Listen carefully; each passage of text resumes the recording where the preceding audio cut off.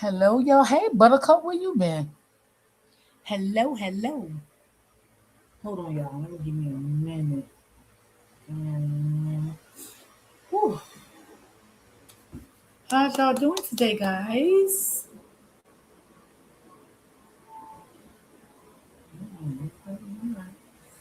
Okay, oh, Lord. Jesus, have mercy, y'all. Let me see.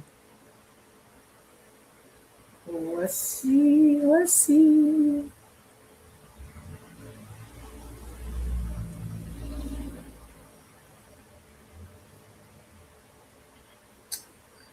Hello, Roddy. I'm doing good today. How are you doing today? Feel like it want to rain here. Lord, let it rain, let it rain, let it rain. Because that's what it looked like it wanted to. Look like you want to get some rain today. How's everyone doing? Hey, Brittany girl. Yeah, I see one content creator live now. I'm going to go back and watch some of his replay. I think court is still in session, y'all, there in Texas. Everything is still in session right now as we speak. But one guy did go live. So, matter of fact, he's still live. So, I'm going to play his live, but I'm going to go back to the beginning of his live because one of the lawyers did speak. Um, it's supposed to be a flat. Oh Lord. Yeah, it does look like it want to rain. It's very cloudy. Got very dark. Justice for Carmelo. Yes, yes, yes. Y'all smash the like button as you come in. And y'all, I know everything going on with Nolan case too, but I just want to switch up, and show Carmelo's some love too. You know what I'm saying? Because we haven't talked about his case in a while. So that's how I do as a content creator. I like to switch up on things sometimes, you know. So with the Carmelo thing with the court. So I want to just switch back up on the Hey Latte. I want to just switch back up on that and talk about that a little bit, you know. And sometimes it's content creators, it's good to switch up on different stuff. Sometimes it's not good to stay on the same thing because sometimes you can get your people used to something, and then when you stop talking about it, you lose supporters and stuff like that. So I am going to start doing different stuff every day, like maybe something happened that's going on right now, maybe something happened 2 days ago. I want to bring awareness to it, so I am going to be switching up and doing other stuff too. Let me see. So, cause girl, this stuff, it's something going on every day, like every single day in this world. Like, yeah. And I didn't know that they found another young lady hung by a tree in Florida on July the 1st. I didn't know that. I just seen that this morning. I'm like, what?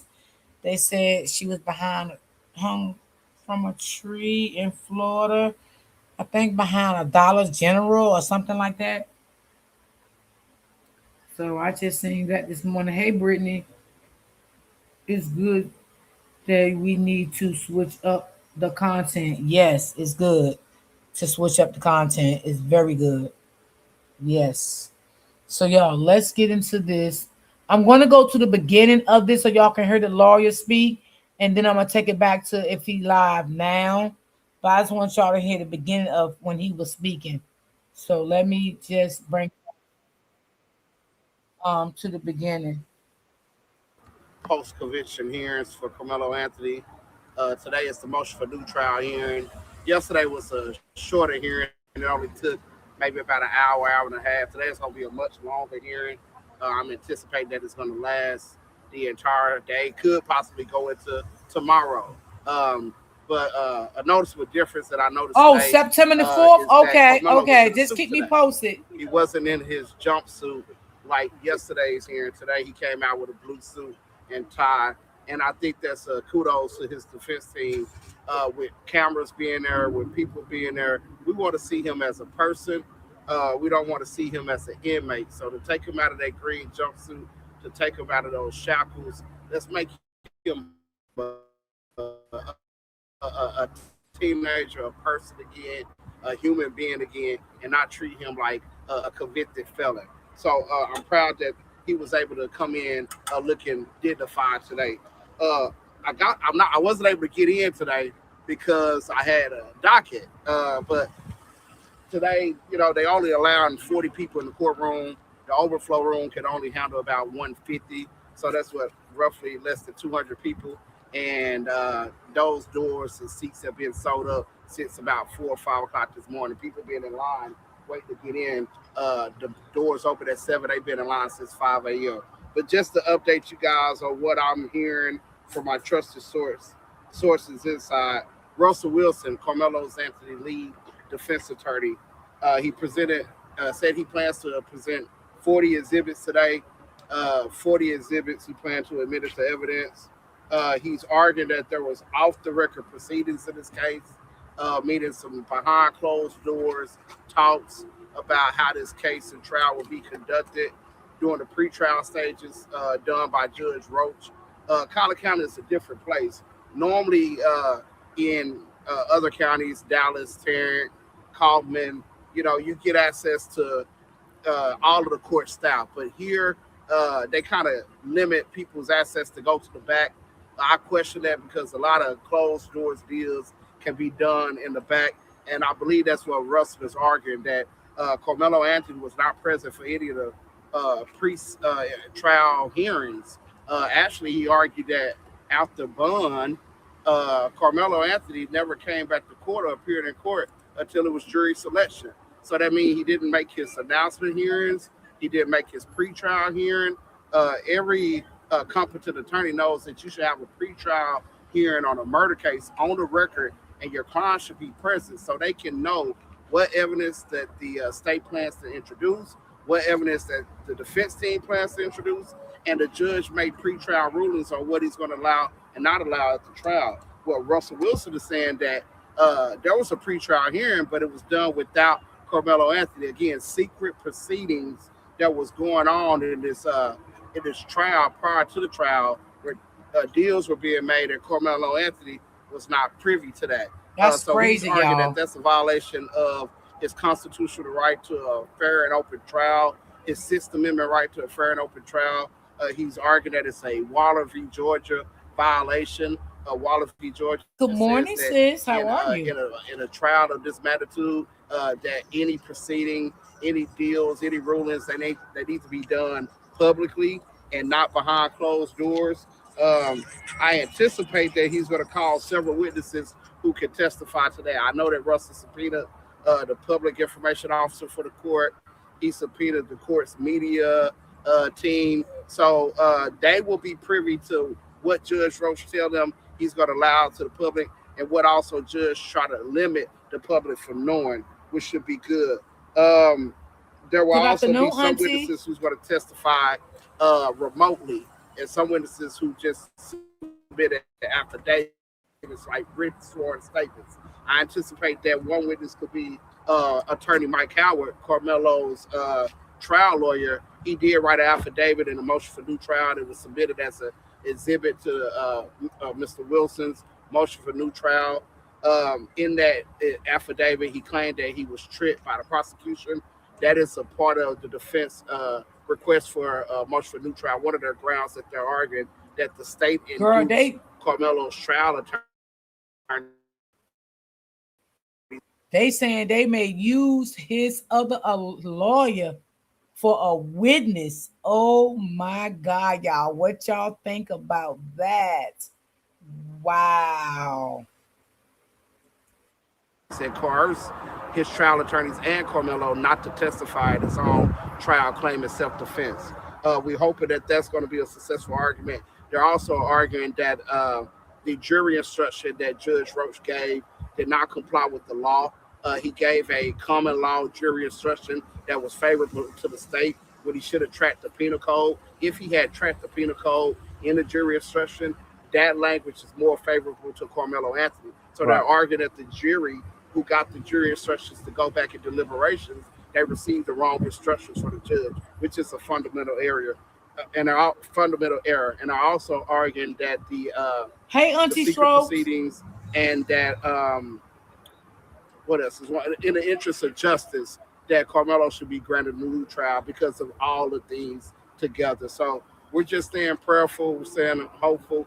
This is probably going to be an all day hearing, but uh, we're just glad that the support is here. We're going to ask y'all to keep praying and keep supporting Carmelo Anthony.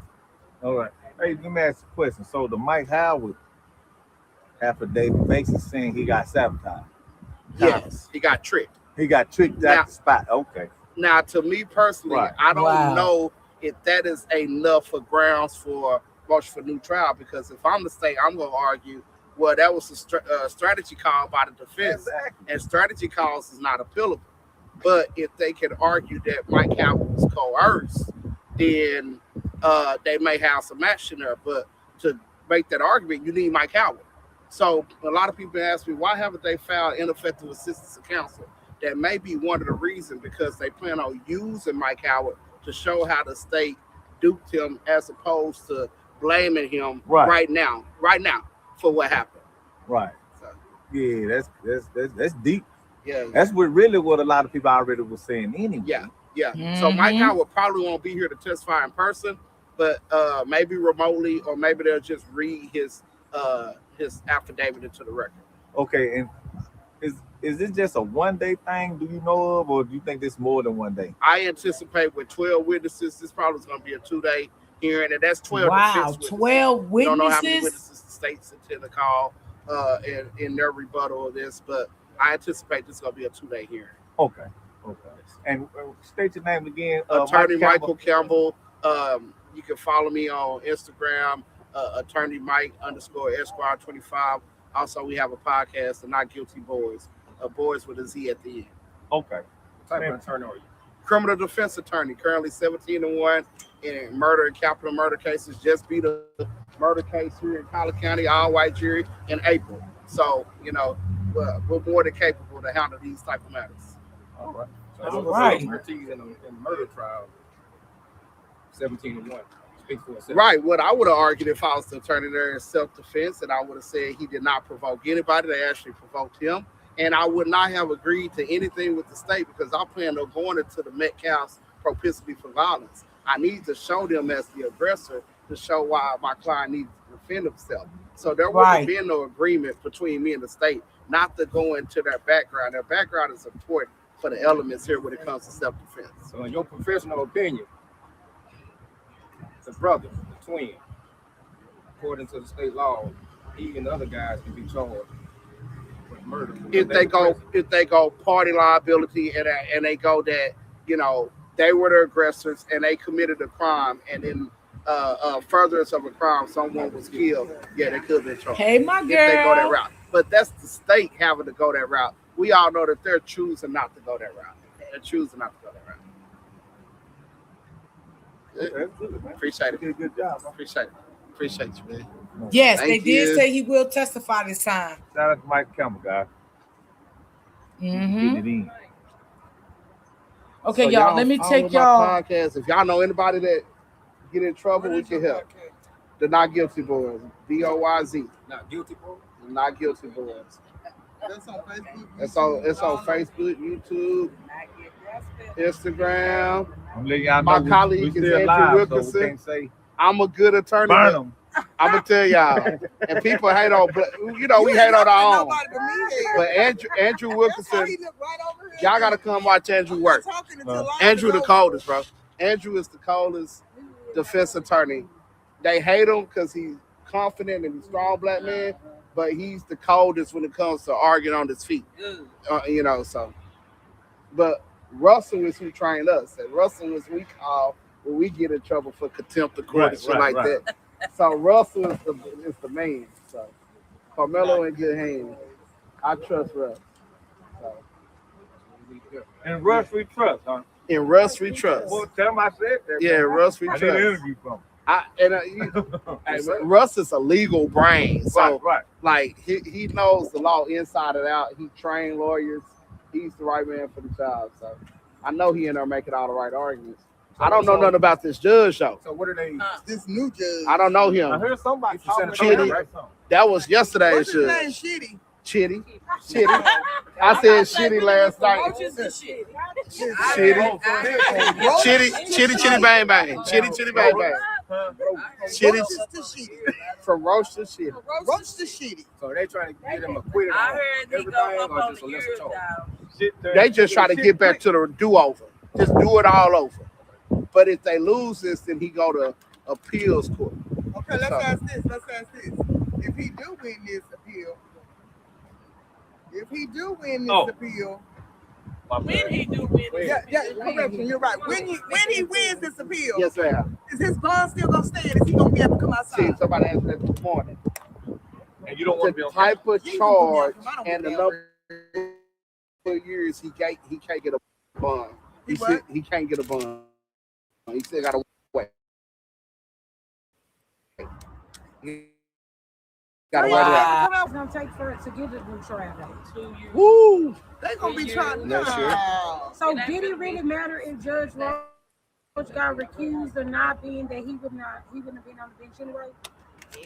That's a Yeah, he good would have had question. to. I think That's a good I question. didn't ever reply to my email. Do I think that it matters if he got recused because he gonna retire anyway? I think once they get towards retirement, they don't care no more. They don't care. They more likely to do some messed up things as they get Like close he to did. retirement. Yeah, And it's they don't Like care this. because the school district in bed with all these others around You here. know they got zero tolerance Yeah, and had the zero tolerance kicked in. The bullying, yes. Being bullied, yeah, it would have set things. yeah. But they didn't go to the same school, so But it see, really regardless, wouldn't have. But it's it's the same The school was aware of the Zero twins. tolerance to the still protecting you because all schools have zero tolerance. Yeah. So it don't matter if he went to that school or not.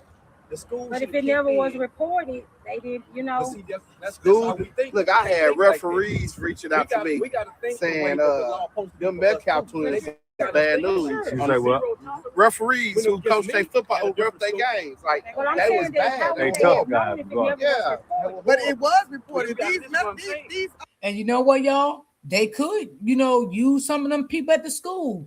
Because I remember when one teacher did speak out and said that one of the boys was worse than the other. I forgot which one she said. But she said one of those twins was actually better than the other one. And I think she was saying the one that passed away was better than the one that still here. I think that's what she said. That was one of the teachers. Because I watched some of the video and she talked about it. Yeah. So, they might look for witnesses. I mean, those was his peers, what I'm saying, to bring in court and, with his fast trial this time. And I hope they do that. Somebody that knew him and knew those twins and know how those twins really was. Austin Metcalf boys, Cheerleaders and stuff. they have Oh, yeah, you said that they would have been This supposed ain't nothing to new for okay, him. prior to Carmelo. and Yeah. They Yes, protected okay. the Metcalfs. That's what Okay, I'm saying. exactly. They Because he protected the was Metcalfs. bullied. Yeah, exactly. They were bullied. They Before were They were bullied. They were bullied. They were Zero bullied. tolerance should have kicked in and protected. You got a school Exactly. resource. Oh, yeah, the They didn't do it cheerleaders. because they Right. knew it was Right, gonna sis. help. They The should have cheerleaders. I They forgot wanted they to did play it. him ball Thank over there. you. That's the star linebacker. Yeah. They wanted that ball on the football field. Well, they didn't want him bad The enough. principal say it didn't happen on campus. We don't care about what happened to do. Y'all gonna tell the police that. We don't care. Mind your business is all I say. Mind your business. Yeah. 'Cause But if it's you nice mind seeing your y'all, man. I'm business, finna get out of you here. can't even- I wouldn't make the deal. And remember, guys, I'm still Appreciate y'all. live. Yeah. Still live? Yeah. All right, y'all. Y'all be good. Watch your language. I'm still live back there. So we can't recite no NWA stuff. Man, hey, you hear me? All right, so let's We go ain't- further, hey. y'all, because he did do an interview with someone else. I think he's still alive. Oh, But yeah. I just want to get to the parts that he did on the live. Then we can go from there.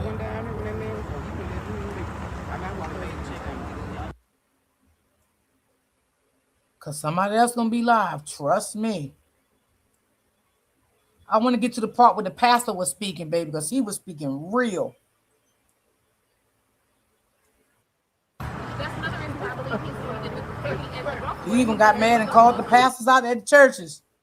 Let me see. Wait a minute, I think Where y'all here you at? Where go. the leaders at? Where you at? But when it come down to politics, when it come down to these things, you want to run to the people and act like you're for the people, but you're not for the people. On the ground, this where it makes sense at. And then y'all tell me that Bishop be like, you ain't light up on the pastor. Be light up on the pastor for what? I'm talking about Muslim. I'm talking about Judah. I'm talking about any faith that represents the people. Where are you? Where you at? You're not here. I'm gonna tell you why. Because it don't give you no fame, it don't give you no money, it don't give you no glory. So you don't feel like you have to suffer with the people. One thing I like about Malcolm X and Martin Luther King, they serve the people. They lay their life down. And that's what we have to do. And now I asked all of y'all months ago, I said, hey, where was y'all? If maybe we had enough people to support this young man and the people that's going through this same thing. Now y'all got to be fair. Y'all got to be real about it. You know, justice. You know, people always want to say it ain't a race thing. It ain't this. I don't want to hear that. I don't want to hear that. We know what it really is. It's always been and it's always will be until we do something different. And as a people, we have to stand up. We got to come together. This parking lot should have been flooded. Why? Because one thing I learned, I look out here, and I'm gonna be honest, I'm gonna keep it real. I don't see no but a bunch of black people, 90% of black people out here. And y'all talking about it ain't no race thing, y'all play too much. Watch this here. So don't tell me something and that try to manipulate me to make me think that it's justice and it's fair. It never was fair from the day one. When they picked Exactly. the jury, it wasn't fair. Yep. When they got the lawyer, it wasn't fair. I don't Yep. know who's selling who out. I don't trust nobody. And this time, you can't trust nobody. So all we Absolutely. asking y'all, those that are out here, come support. Couple days ain't gonna hurt you. Get your congregation, call somebody. We should have been out here with our voice. And these are things that I talk about. That's why I don't want to hear nothing that don't make sense. So yes, I'm out here. Why? Because not just for this young man, not because I'm connected to the family, not because I'm close to them. I'm here because of anybody. You can call Bishop on anybody. I don't care when there's injustice. So all we asking y'all, come out here. Let's our voice come together and let the people know that we believe that this young man was done with injustice. It was unfair. It was set up. It was like he walked into a lion den. Yep. And Yep. that's what we're talking about. We're not talking about we want just compassion and pity. No, we want what's done in this city was right. And if for this county, if y'all don't know about this county, please do not get caught up in this county. Just straight up. And this, I'm here to support the family. I need y'all to come on with me. I need to hear your voice. I need to know. And some of you leaders, I know y'all get mad at me. Man, I'm tired of y'all. I've been tired of y'all from day one. Oh I my never see y'all out God. here in the valley. Jesus went to the valley and he was there for the people. Don't think you too high. Get off your high horse. It's hot out here, but get off your high horse and come down here and let the people know that we care and we support this family for justice.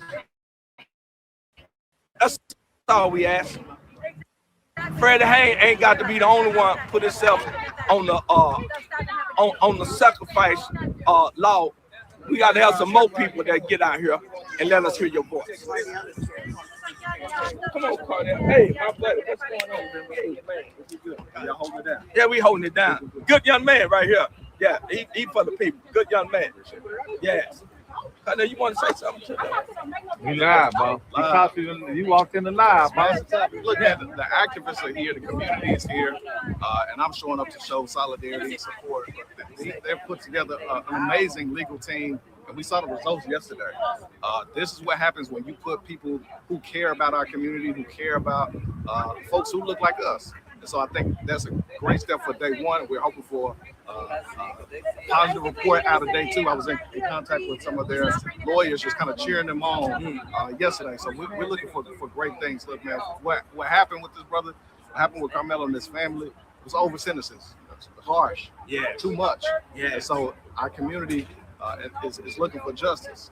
So that's why we're out here today. You see people from every background, every walk of life coming to Collin County to show support. So that's why we're out here today, here with the freedom fighters who are on the ground. So we appreciate all of y'all for watching. Amplify, like, share, comment on Smash the Topic. Let people know that you're following, you're locked in with what's going on.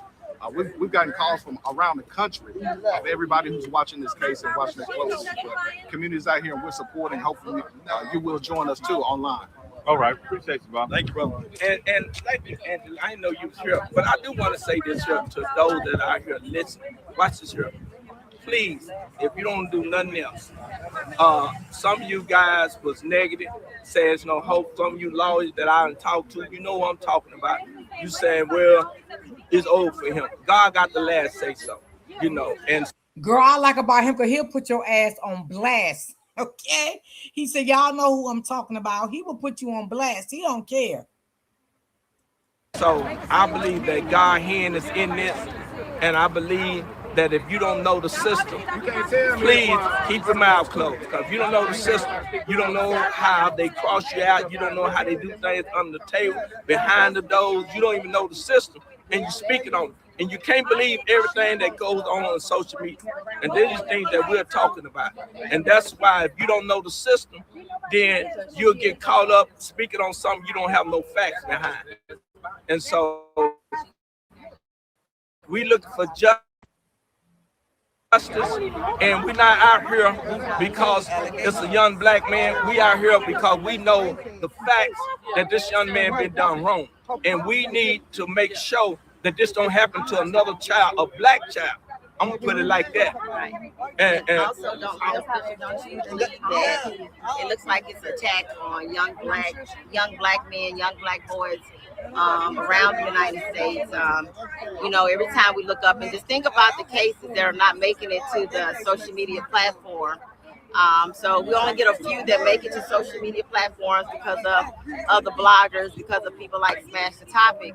But when you take a look at around the United States, we have so many young black boys that are personally being attacked or set up. And so we can no longer sit quiet. You know, we're asking, screaming and praying for justice for Nolan Wells situation down in Mississippi. And then we're standing outside Collin Courthouse asking for justice, that a judge render a decision and grant a new trial right here in this courthouse at Collin County. We get it, everybody, you know, gotta work. But that's why y'all have annual leave. Some of y'all will take off for annual leave, a half a day to go to a concert or to go out of town or to leave early to go on a cruise. But, you know, it says a lot about the people that live in the Dallas-Fort Worth area. You guys should have been here. I don't care if you took 2 hours off today. You guys should just like come out, because that's why you got annually. Sometimes we got to put aside of all of that because I ain't gonna lie, y'all. If I lived there, I would have been there. Like facts, I would have, baby. I would have kept y'all updated, whatever the case may be. I agree with her, you know. And if I had, you know, the right money, I would have went there. I definitely would have, you know. But I ain't gonna lie to you, y'all. I ain't going to Mississippi, but I go to Texas, but I'm not going to Mississippi. I'm just sorry. I can't go there. But I agree with her. I agree. it's them today, that family today. It could be any one of our families. And then a lot of you guys have already experienced it and you're still not here. You're still not here. Hey, Kimberly. And so, and yes, I thought more people would have been there too. I don't think they out of court yet, y'all. They still in court. And I mean, this is my time. I'm 12:49 on my time. So they are still in court. Because I haven't seen anyone go live but him. He's the only one that went live. And he didn't go in the courtroom today. He stayed out. We need you guys to, you know, to come out. You know, you need to come out, because when they don't see us standing up, then they feel like they can do whatever they want to do to us. That's what injustice allow our minds to start thinking that we don't matter and we're not needed, so we don't show up. Some of y'all are sitting there watching us saying it's too hot to be out there. You guys need to be here. I answer. ancestors paved the way for us to even be living in those big houses, driving the luxury cars that got AC in it. So you guys need to come on out here and stand outside Collin County, right out here in this heat Angie, with you us. said something though. She No, is said correct. something. No, She is I'll tell you correct. what she said. She said something that's very important that a lot of people miss. You know, I know you don't want to sacrifice, and we understand that, but here's the situation that we're looking at. We're trying to change the mindset of our people, the way we think. And the way we're thinking is that ain't nothing gonna change, or I don't really need to be here. And so we don't care about all that. Keep it negative opinion. Facts. I Let's get love down him. He here. keep Let it our voice real. be heard. Most of all, those that got influence, I'm talking about you. And yes, I even go on. I know y'all see me on social media. I was on Real Life Street Star on this show. This young man out of Florida in Miami, and I said something that's so important. I think it's our people fault, because when we first started this, it wasn't no but a few handful of people out here. I was here. It wasn't. I thought it was gonna be flooded with church folks and people from Muslim and nationalism. I thought everybody was gonna be out here. I came out here. I said, "Where the people at?" And that's why they do what they do, because they feel like we ain't gonna do nothing. But there's some people that's willing to lay their life down. There's some people that's willing to die for righteous, and I'm one of them. And so what we're telling y'all, come out here, let's show some love. Let the people know, like you talking about, well, the young man that got they fired drowned, and the young man they automatically said there's no foul play. Here's the problem I got with that. Even if they didn't do it, if they did, you automatically say there's no foul play. But when it come down to us, absolutely, we get convicted, locked up, and get ourselves out of it. And that's just how it is. So stop playing and talking about it. Racial. There's no black and white thing. It is. Y'all stop playing. And all you ignorant black people that go for the okie doke, and there's two kind of Negroes. You got house Negro and you got field Negro. And the house Negro do what the master say and make sure he get his meal and do whatever the master say to please the master. And so I'm talking to the field brothers. Hey man, I'm talking about the field Negro that's gonna suffer, that's gonna get out here in the sun, that's gonna sweat. The one got to eat chicken. Yeah, one that got to eat hot dogs. So all of y'all that's supporting these people that don't care nothing about you, they ain't nothing but a bunch of gold diggers, ain't no soul diggers. They just want your money. They just want to make them look good. I'm looking for people that's going to suffer with us. I'm looking for some people that's going to look for justice when it come down to our people. Not just our people, anybody. But mostly right now, we focus on people that don't have no respect. They don't care. They feel like our lives don't matter at all. So that's what we're talking about. And stop telling me,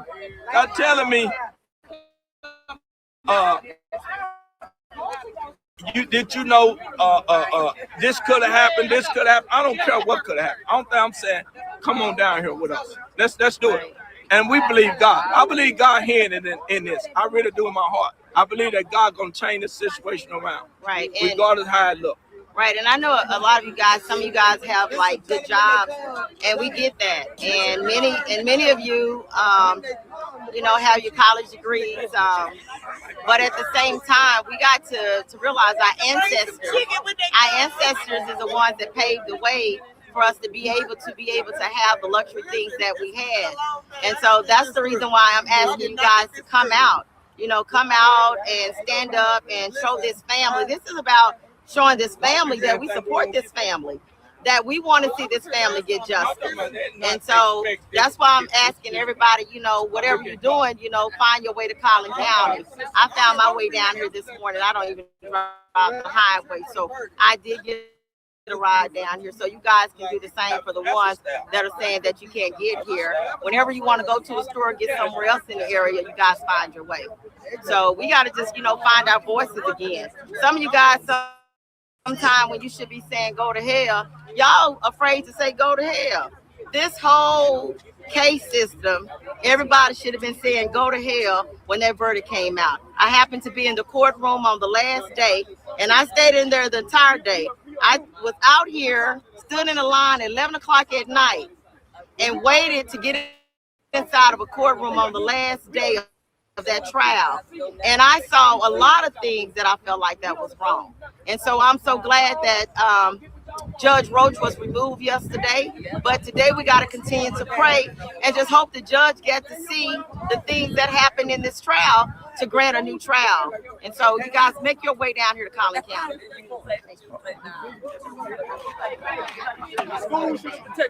All right, y'all. Hold on. We're gonna go to the whole live now because he still is live. So let's go to where he at now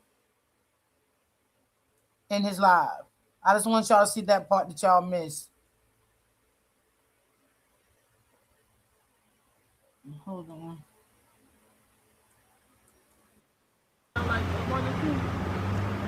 Make sure I'm at the right. Okay, guys. Yeah.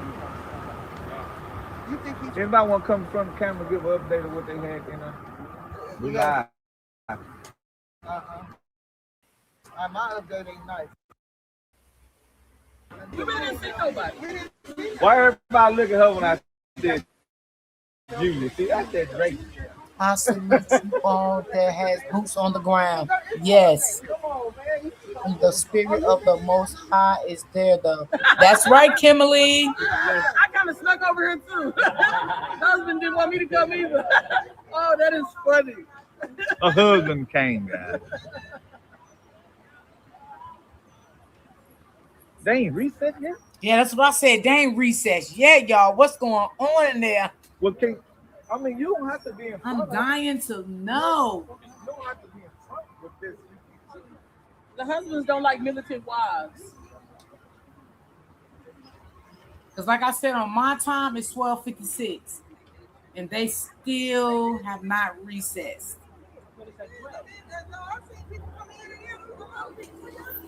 I didn't see nobody come in. Well, it got to be a lot of them, because there was some people, a lot of people come in. I said, what is And I love they let him come to the courtroom today, y'all, with the suit on. I love that. Yes, that was great.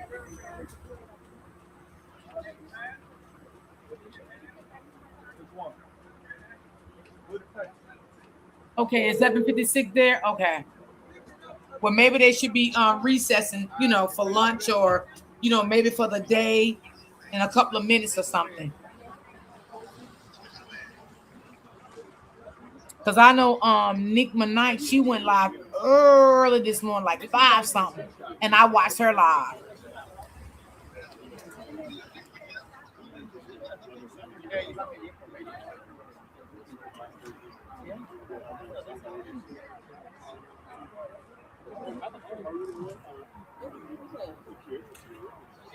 Yes, Miss Barb, I'm glad to.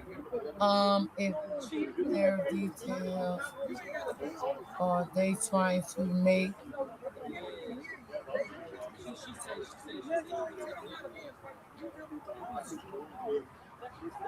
Oh, you watched her this morning? Yeah, I did too. And I think one of the Black Panther guys, got into it with another guy out there. Something happened. Charles. Or just scoot up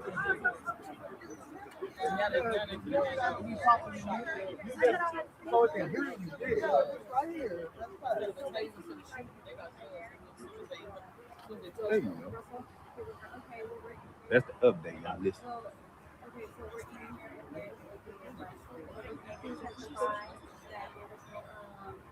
Good afternoon, everyone. Same to you, sweetie. Good afternoon to you too. Now, the lawyer did say on his live that even though if they grant a new trial today, a lot of people want to know, like, would they go back to the beginning? Meaning, would they give him a bail that he can bail out until this trial is over? The attorney stated no. He would still have to stay incarcerated until this trial starts and ends. So he won't be granted a bail. So that's what the attorney did state on his live earlier, because a lot of people out there did want to know that.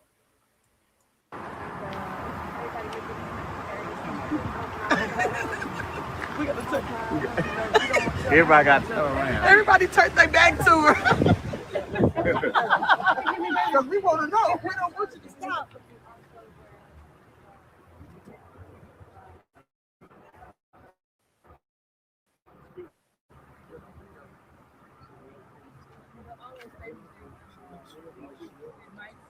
because had a lot of witnesses today, so maybe that's why it's taking so long. So I don't know if all the witnesses going to be there today. I don't know how it's rolling. We just have to wait until they get recessed and somebody come out and start to speaking. What happened in the courtroom today or whatever. Because I don't know. What, he can't go home? No, he cannot go home. He have to stay until the trial starts to the end and see what this judge is going to do. But he cannot get another bail, they said. That's what the attorney said on this live. And also, oh God, I lost my train of thought just that quick with your comment. It'll come back to me.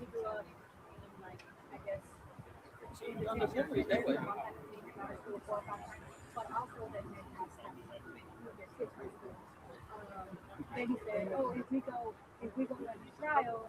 Oh, he also said that the reason they they convicted Carmelo and it was a win for everybody, even Carmelo, was because they were saving Carmelo's life, saying that people were trying to kill him out here. So for him to be behind bars, he's more safe Yeah, I'm behind praying bars for Carmelo too. Yeah, because. he will get some And time also, because someone died, he said, but oh, he not refused to 35 even years. give back. Yes, He had Auntie tried because Barbara, there were people and out I there was going to say trying that. We're trying to we're kill him. we're So not he held it. saying that he's not going to get no time, right? Because we know that someone did lose their life. We all smart. We all do know that, but we also smart to know that he did not get a fair trial. He got railroad before this case even started. They already know what they were going to do to him. All of that, everything was plotted behind the scenes. We're saying we want a fair trial. I don't care if he gets 10 years. That was better than 35 years with a fair trial, with honest people. And my train of thought came back. This judge here, y'all, he's not from Collin County. He is from um another part of Texas. Matter of fact, Antonio, something like that, Texas, if I'm saying it right. He don't know this judge at all. They never had communications at all. But this judge is from Antonio, Texas, which is far away from this county here. So yeah, and I do have a friend that do live in that county, Antonio County. Yeah. So this is where he's from. So he have no connections to this case at all. They bring him here to do this case. He's from another whole jurisdiction. He said we were helping him more out in his defense. And then he said if we go to a new trial, we're not San going to Antonio, thank you. Um, uh, thank y'all. Y'all know what I was trying to say. Yeah, that's where he's from. Right, straight railroad with the prison. Yes, yes, absolutely. I knew it was some bullshit, but I don't believe He's that. supposed to be on. Yeah, he's supposed to be going on the stand too. Who's Carmelo? Was the one? Writing it down in there. He's supposed to be going. I don't know. Turn his ass up. I don't know, sis. I know the dream team got him ready for it. I know they got him ready for it. He did it. But He that's said how that my nephew everything ended up. that they were accounting him for was that there was Nothing. nothing. And that's the problem. Nothing. Y'all said And there was nothing in the and it ain't nothing in the record. That's what they got. Because they made it up. He said that because they had so much little time that Carmelo had hired an attorney because of that. Why was it so rushed? That they didn't have time to add it in the record. No, they couldn't put up. And basically, yeah, my car was working. He did. Yeah, Kimberly. Yeah. I hope he do a better job with Yellow Beach. I know. Auntie Barbara, yeah, I ain't never seen no names like this in my life. Yeah. When they said his name, I'm like, what? I'm like, is they making fun of him or is that his real name? But then this morning when I heard again, I'm like, oh my God, what kind of names is this? And they also said too, that this right here, the day this shit. They were saying that the Metcalf the father and the stepmom, they came in there smiling, like something was funny yesterday, and they didn't say anything funny at all. But then when the judge, got rid of the other judge, they didn't smile no more. They left out the courtroom and they didn't have a smile on their face because see what they thought that Judge Roach was going to do this case again. But I had a feeling it was not going to happen. For one, you went publicly, what, a day after y'all, 2 days after? Two, nobody was there. No teachers knew him. No friends for Carmelo was there. Nothing. Three, the public couldn't even get in, couldn't see nothing in the courtroom, none of that. So it was just a lot of things that he did was wrong. And I had a feeling that he was not going to be on this case no more. And God is good. Okay?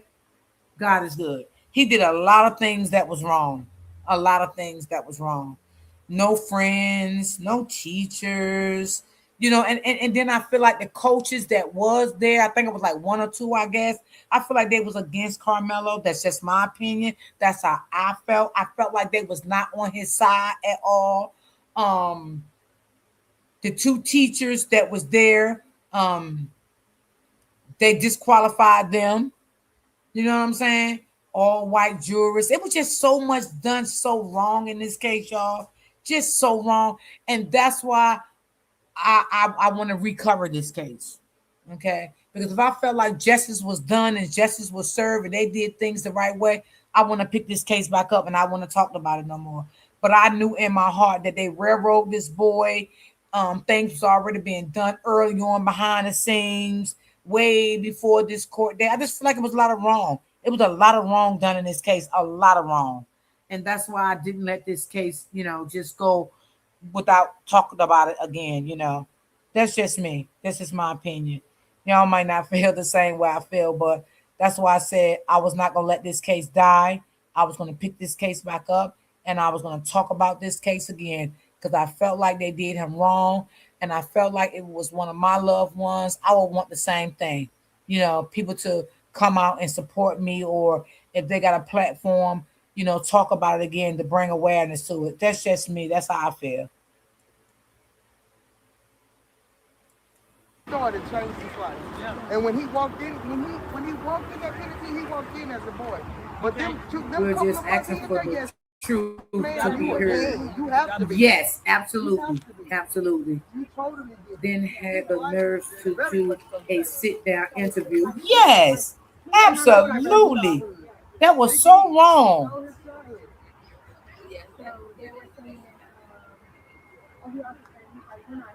This was so wrong.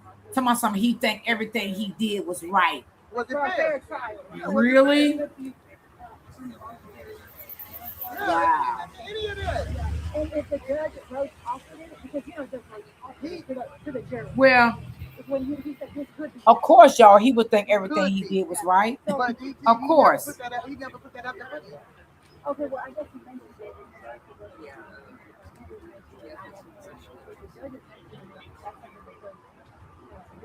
I think it's like 12:08 where they at now. Yeah, 12:08. So it's been going on since 9 o'clock, guys. Since 9 this morning.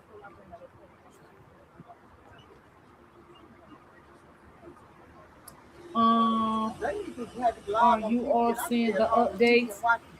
Well, right now it has not been no updates because they're still in court. This is live. This guy here, he's live. He's there. So court is still in session. But it should be breaking soon, for lunch and stuff like that. And maybe they will break for the rest of the day, come back tomorrow, or maybe they would just go for lunch and come back today. I'm not sure. I'm be texting. I'm just keeping y'all the updates that I'm seeing.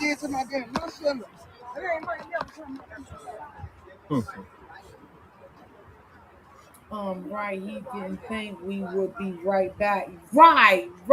Absolutely, sis. Yes. They thought it was a closed case, right? And over and done with.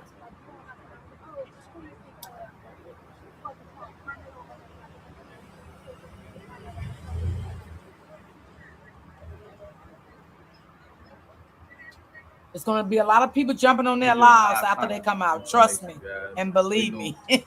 Hope I have enough time to cover some of them. Yeah, they ain't trying to hear it today.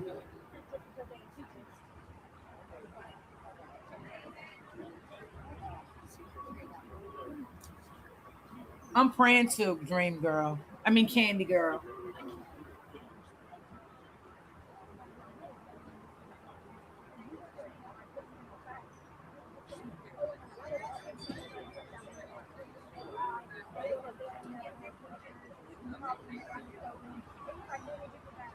That's why I want to stay here until they come out so y'all can see it or whatever.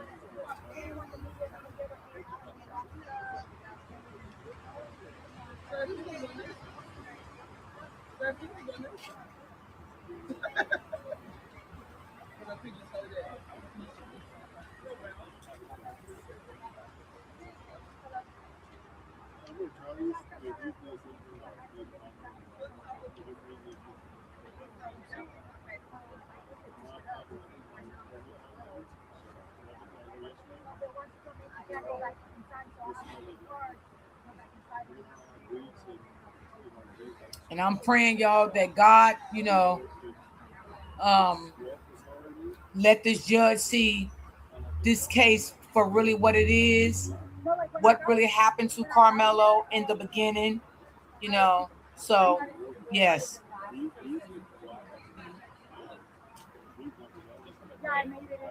And we all know God is a good God, and we serve a good God. We do. We definitely do.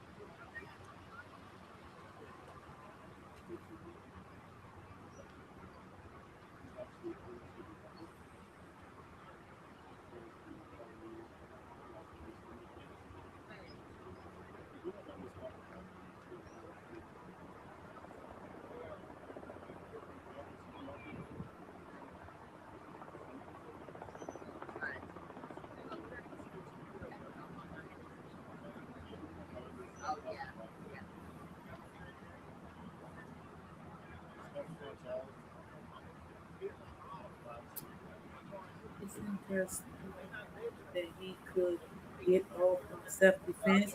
It could be a possibility that he can still get off. It could be, yeah. All depends on how how this not the judge, but how this.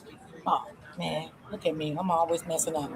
Um, that's a good question too. And hey, God is in control, y'all. God is in control. You know what I mean? And I'm gonna tell you, hey, I believe these attorneys gonna fight. They're gonna fight, and they're gonna fight to the end. So yeah, it could be a great possibility. Can be a great possibility. Yeah. So I'm not gonna say no because, honey, I leave God for everything. God always got the last say so, no matter what situation that come upon our life. He got the last say so. Sometimes, you know, we might not see what's really going on, but baby, God sees it all. So yeah, yeah. Mm-hmm. Great possibility. I love your question too. That was a good one.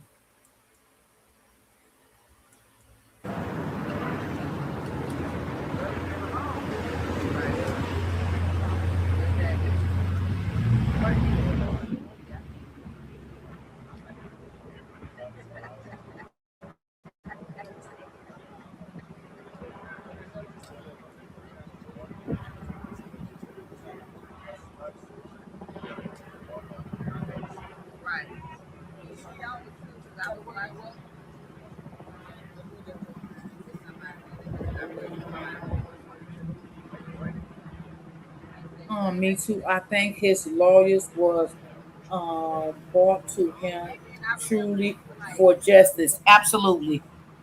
Absolutely.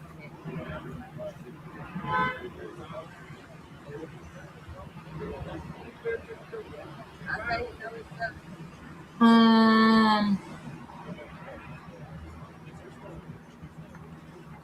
Okay. Oh yeah, yeah. Thank you so much. I remember that name. Okay, I timed that person out. Hold on. Give me a second. Give me 1 second, y'all.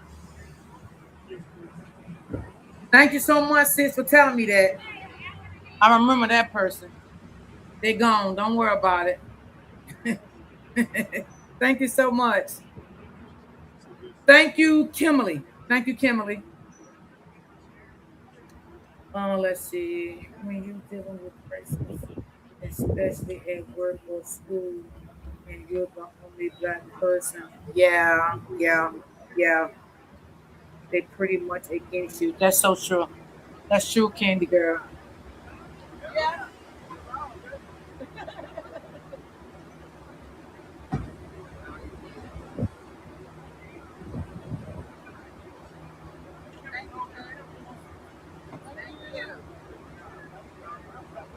Oh, Queen, I didn't know that.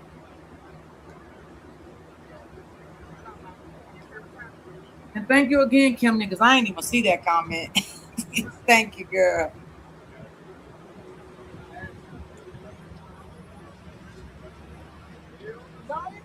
No.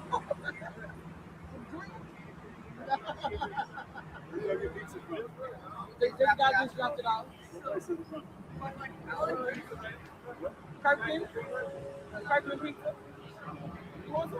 Troll, since you got so much to say, you should have been in the courtroom today because you got so much to say in the comments.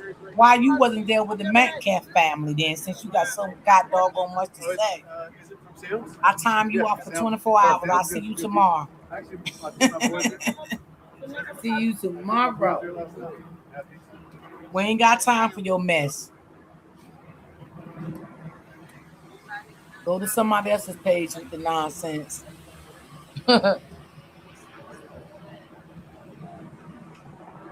Yes, no negative energy. Absolutely not. We want justice for our nephew. That's what we want. We want to make sure he gets what he did not get the first time. And that was a fair trial. He did not get. And that's what we're rooting for today. That he gets a fair trial and his voice to be heard. Period.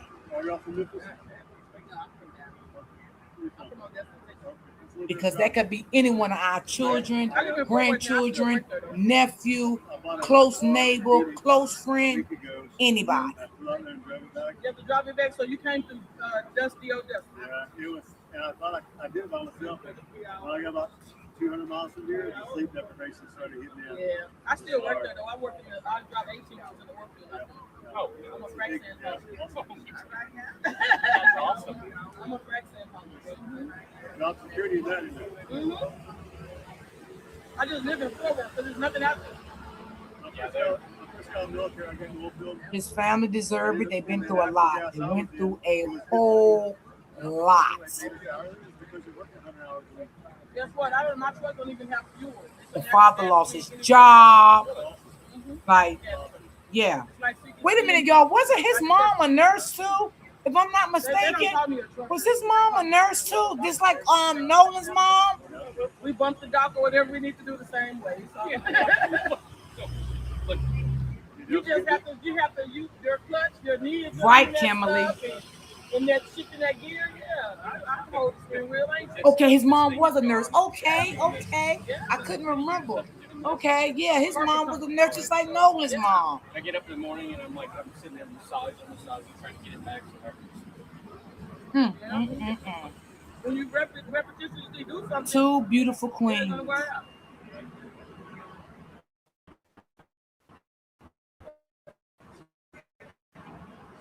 It was a nurse. God bless them. Where y'all from here? I'm originally from East Texas.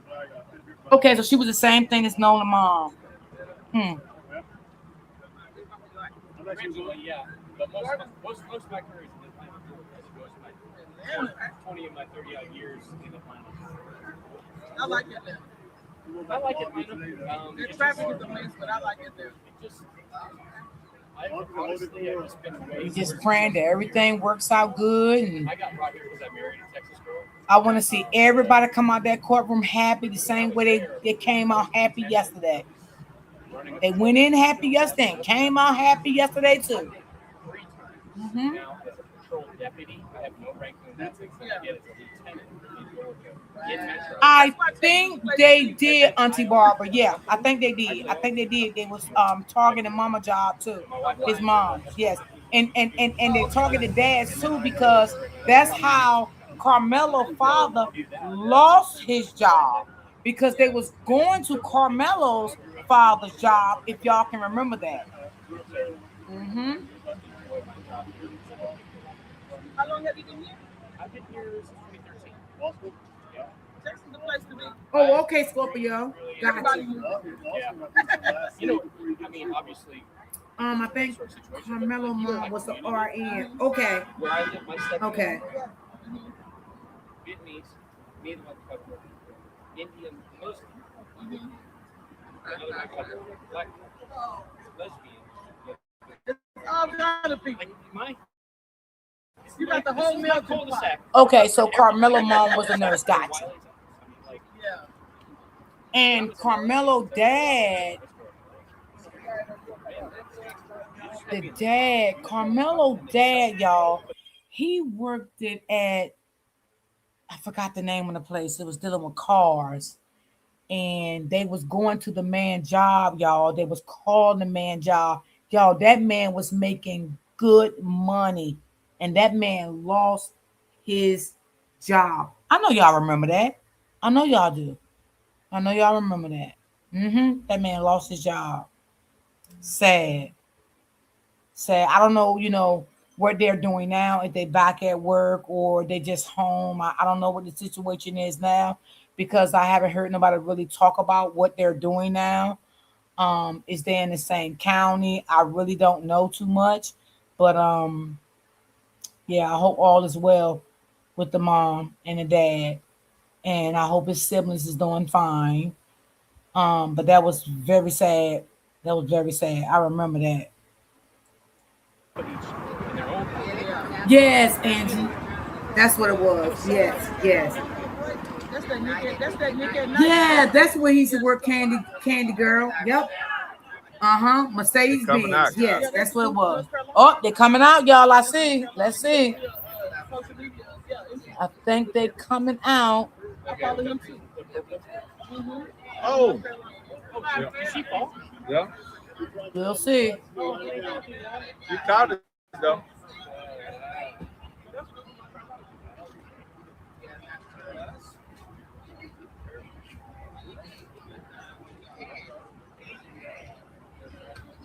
We'll see if anybody come on his live, or we'll see. Yeah, very sad. Well, I'm trying to keep up with everything, y'all. I'm trying. Anytime the police get to move and it's coming around, you already knew. You got the people coming out, guys.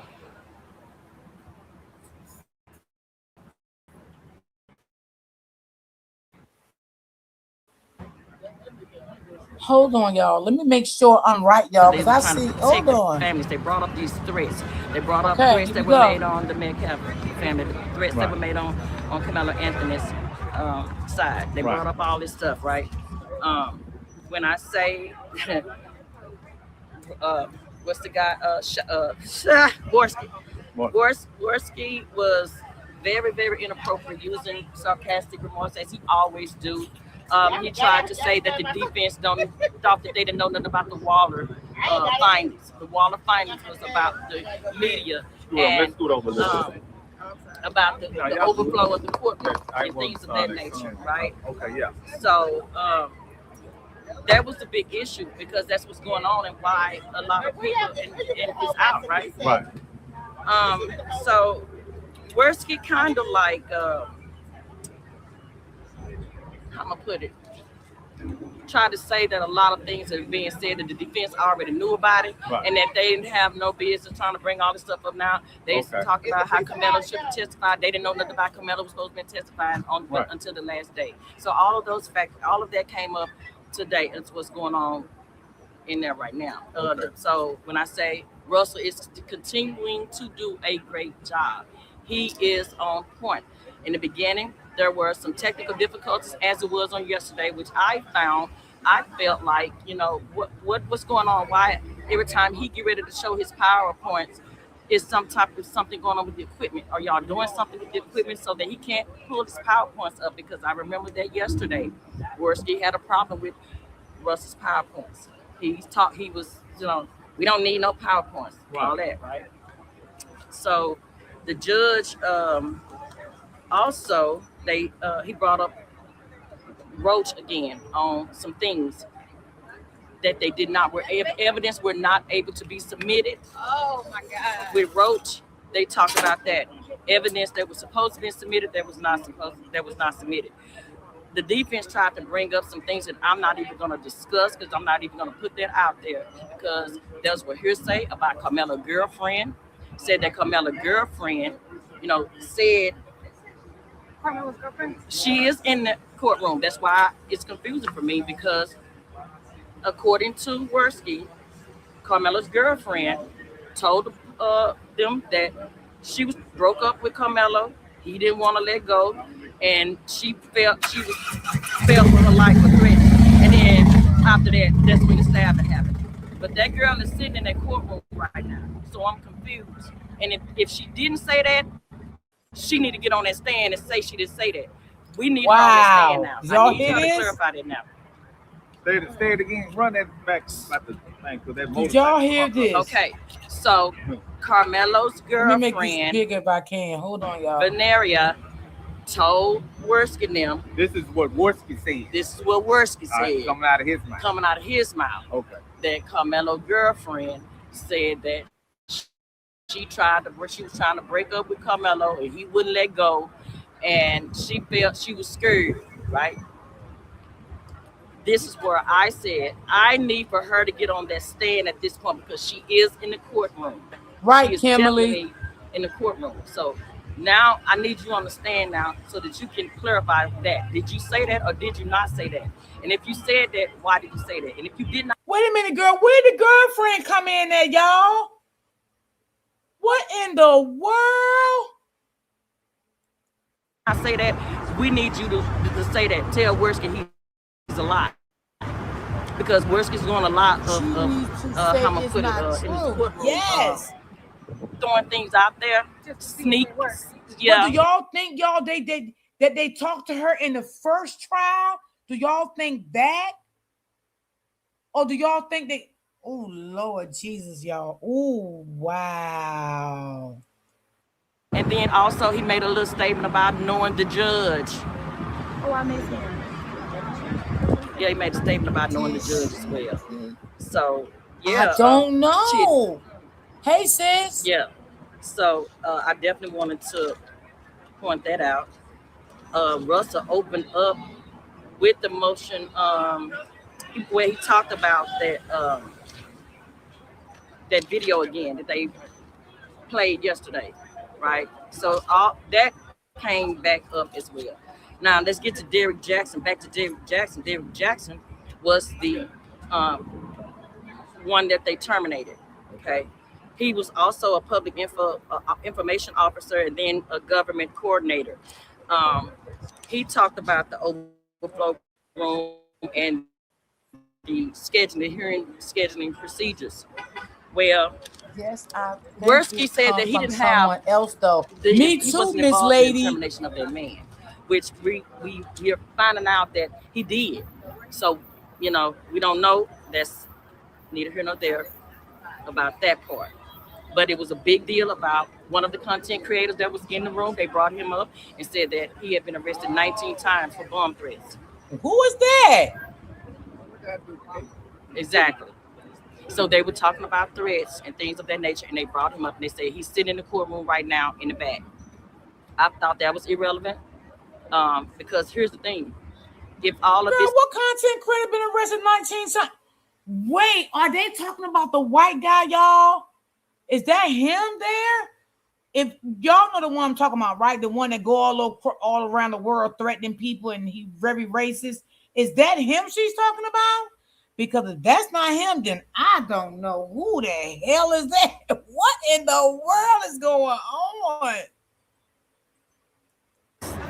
happened, why is he in the courtroom then? So, again, Worski brought up a lot of things that it's very I'm relevant. like you, what the It's very hell? relevant. They brought up another lady. They just talking about content creators are doing this and doing it. No, just media stuff. Like yes, and so it's just yeah. Everybody was like, what the? But Jackson said when he was Oh, sending that those could be him, emails, Candy Girl. he was just copying and pasting it and sending it to others that he felt like needed to know that information.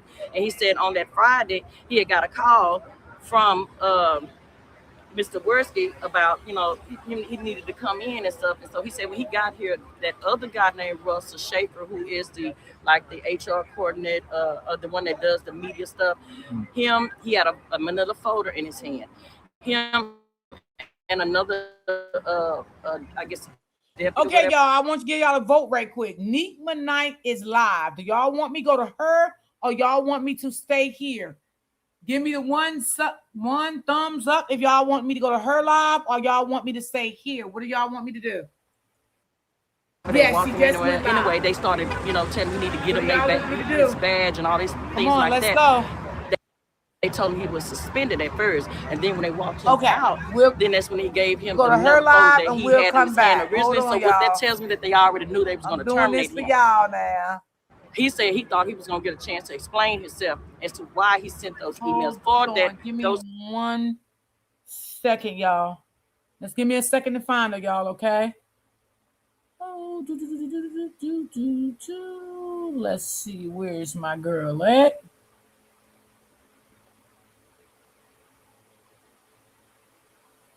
Let's see. Okay, I found her. Hold on, y'all. Give me a second. We'll come back to him. Okay. I knew y'all was gonna say that any damn way. I ain't even had to ask y'all. Okay, hold on. All right, where's she live at? Hold on. Oh, come on, girl. Where you live at? Y'all sure she live? Because I don't see no live popping up for her. Hold on.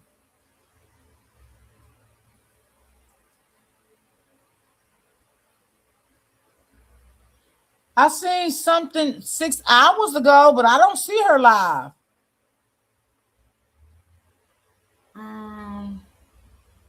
Yeah, I don't see her live. Hold on. What in the name of the Lord is going on here?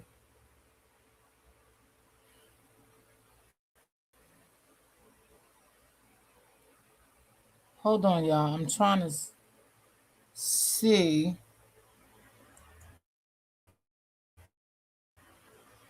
Purple and solidarity for Karmelo. And you could see Jeff Brown to the people that was in the row behind him and looking them up and down, mad dogging them, like looking around. It was just a whole, they was feeling themselves today, honey. And so as we're sitting there, we're waiting for the judge to come out. It took some time in the morning. I think it was like 30 minutes. Is this the right live, y'all? Give me a thumbs up if it we were is. sitting there waiting for the judge. They were trying to make sure that some of the witnesses that were going to be testifying was going to be here. And there was like a little bit of a delay with like some technical issues. So the morning got off to like a little bit of a late start. Thank you. But once the morning started, the judge came in. He introduced himself. He said that he was from Kaufman County. He was letting them know that, you know, he's here to preside over the case in a short notice, and that it was Russell and the prosecution that they decided that before the proceedings started, they both wanted to do an opening statement. So Russell Wilson did his opening statement, and then he was just basically going over all of the points that he wanted to get the judge to understand on why he wants this motion granted. He went over the different claims that he had in his motion and why he believes that there was a violation on all three and why he believes that it should be granted. Now, when it was time for Bill Werski to come up and say, you know, his opening statement, it was more of a mudslinging rather than addressing the arguments for why he decided for a motion for new trial. Bill Werski basically took it as an opportunity to sling as much dirt on Karmelo, sling as much dirt on some of the influencers that are watching the case. He called out people like Tiffany Billions, and then it just was a whole show. Now, one of the things that came out that he was so adamant to get out was some of the bad character things for Carmelo Anthony. So he says that, you know, although to like the public and everybody else, it may look like, you know, that the defense with the agreement, the gentleman's agreement, was them fighting with two hands behind their back. But actually, he says that they only have one hand tied behind their back because the agreement actually benefited them. And they were doing a favor because of the bad character evidence that they had on Carmelo. Now, I'm going to pause for a second to make sure you guys can hear me clearly. Make sure you guys are in the building. Also, make sure to like the video, hype the video, share the video. And we are out here, as you can see, at the courthouse with a lot of support. And we are boots on the ground. Now, you can go to, and I'm letting you guys know what's going on inside the courtroom, what's happening behind the scenes. So if you would like to support my channel, I'd greatly appreciate it. I have a Cash App, which is Neek at Night Media. You can also show support by sending a super chat if you would like, etc., and so on and so forth. But now let's get back into some of the things that, and actually, let me back up. So one of the things that Russell Wilson wanted to point out was the fact that there was all of these hidden things that was happening. It wasn't just the gentleman's agreement. There was all of these off the record things that was happening. There was so many procedural things that were supposed to go on the record that just naturally they hid from the record. And when Bill Werski got up, he was like, off the record, that's what we do in Texas. That's nothing out of the ordinary. That's just something that we do out here or whatever. You know, but he was full of performance and theater. It was more of a theater show on his behalf than actually arguing the arguments. It was like, let me sling as much mud on these influencers, let me sling as much dirt as I can, etc. So one of the things that he also wanted to say was, the gag order that they put in place, the restrictions that they put in place. He wanted to say that, this was because of the benefit of Carmelo. Like, we were looking out for him. We didn't want some racist to come from out of town and kill him. So we made sure that we, didn't put in certain things because we didn't want to light the flame on social media And there was several death threats on both sides. The Metcalf family had death threats. The Anthony family had death threats. And we didn't want to pour gasoline on that or whatever. And he was basically saying that the reason why he didn't come in on things that he was supposed to be a part of, agreements that he was supposed to be a part of, is because they were carefully considering his statement. So Russell Wilson was going over all of the situations that was happening throughout the trial that he was supposed to be a part of, and they were Yes, like, Miss Lady, well, we were bullshit. taking his safety serious. We didn't want some racist to come in and kill him, and it worked. Everything that we did worked because here he is, he's alive, he's safe, he's not dead, and what we did worked. All of that worked. Gaslighting, girl. Interesting. So when Russell Wilson later decided to bring it up, he said, well, they're talking about all of these threats, all of these death threats that people are having, all of these things that people are saying. And he's like, well, how many convictions or prosecutions arose from these death threats? Did anybody get prosecuted for it? Did anybody go to jail? All of these people are supposedly threatening all of these people, but there's zero convictions for any of it.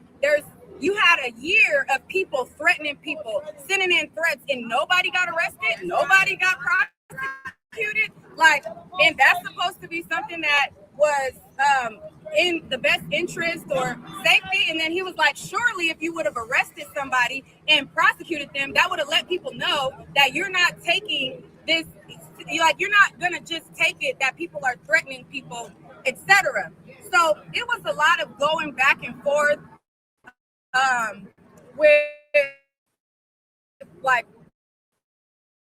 what each party talked about, how the immediate threats started with the victim's family. And he said, oh, and we were even getting threats because people were calling us racist for simply prosecuting the case.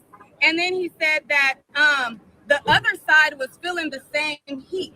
Then he brought up Judge Angela Tucker. And then he said when she cut the bond from $1 million to $250,000, she got the most vile racist threats. And then he said even another woman with the same name, Angela Tucker in McKinney, she got doxxed and her address was exposed. He said, then you have all of these influencers, these disruptors that try to monetize murder so they can get clicks. They monetize misinformation. To our credit, we were warned about Mr. Anthony. We were worried about Mr. Anthony. To the reason he didn't come to court, we didn't have him come to court because we wanted to protect him. And then he said, that's when he said the thing about the racists coming into town or whatever. And then he talked about how they didn't want to transmit anything or put any files on the record because they didn't want anybody to leak any information. And it was so sensitive because they didn't want people to leak anything for their safety. Then he said that this is a stabbing that happened at a high school. And he says a lot of the witnesses were high school students. He said that about them testifying because they saw that the judge had been doxxed. They saw all of the violent threats, and their parents didn't want anything to do with this case for their kids. Well, why y'all put them up there then? The internet disruptors and influencers tried to dox all of the boys that went to the football team and put their pictures on their social media pages. He said that so basically then he came back and said this is more than about some person in Cincinnati who didn't get a seat. We were worried about Melo, and we're still worried about him. What happened needed to happen, and you will see all of that stuff. We did work, and we got a fair trial, and no racist came to take his life. All right. So then he talks about how Christopher King, who is a guy who has been coming up here and he's been online speaking about the case. He talks about how he said, and then some guy named Christopher King who says he's a lawyer but didn't pass the bar. He just kept filing things and Mr. Jackson, I guess the PIO, he wasn't aware of like he was saying that Derek Jackson, the PIO that got fired because he gave out the court schedule, he said, well, he just wasn't aware that he was on our radar. And then he said that as a result, Christopher getting the trial schedule, that Derek Jackson, the prefect, that there was so much bad act information on Karmelo. He said, let's talk about the agreement. The agreement was my idea. Toby Shook is one of my best friends. Why did Karmelo Anthony, he's like, one of the biggest questions was, why did Karmelo Anthony bring a knife to a track meet? He said, the state knows why he took a knife. It's in the 404 evidence. He said 8:30 a.m. that day, his girlfriend went to school and she went and she told, I don't know if he said a principal or a counselor. At 8:30 a.m. that day, his girlfriend went to school and she said that she was worried that he was going to do something, that Karmelo broke up with her, and he's now stalking her, and and she from day one. I never heard that before. Not unless I missed something. Did y'all ever hear this? Then they said that there was a text message from Karmelo where he said, I'm low-key on the verge. He said he was spiraling because his girlfriend broke up with him. He is obsessed about knives and stabbing and murder. He fantasized about stabbing somebody. Yeah, and I never heard this either. He had a desire to start fights and with a knife. So wait a minute, y'all. They kept this from the public, y'all. I never heard this, y'all. This is new. This is new to me. He said, we did our research. He likes to fight. His parents put him in a program for kids who like to fight and can't keep their hands to themselves. Ooh. I knew I had this leverage. He said, we didn't, wait.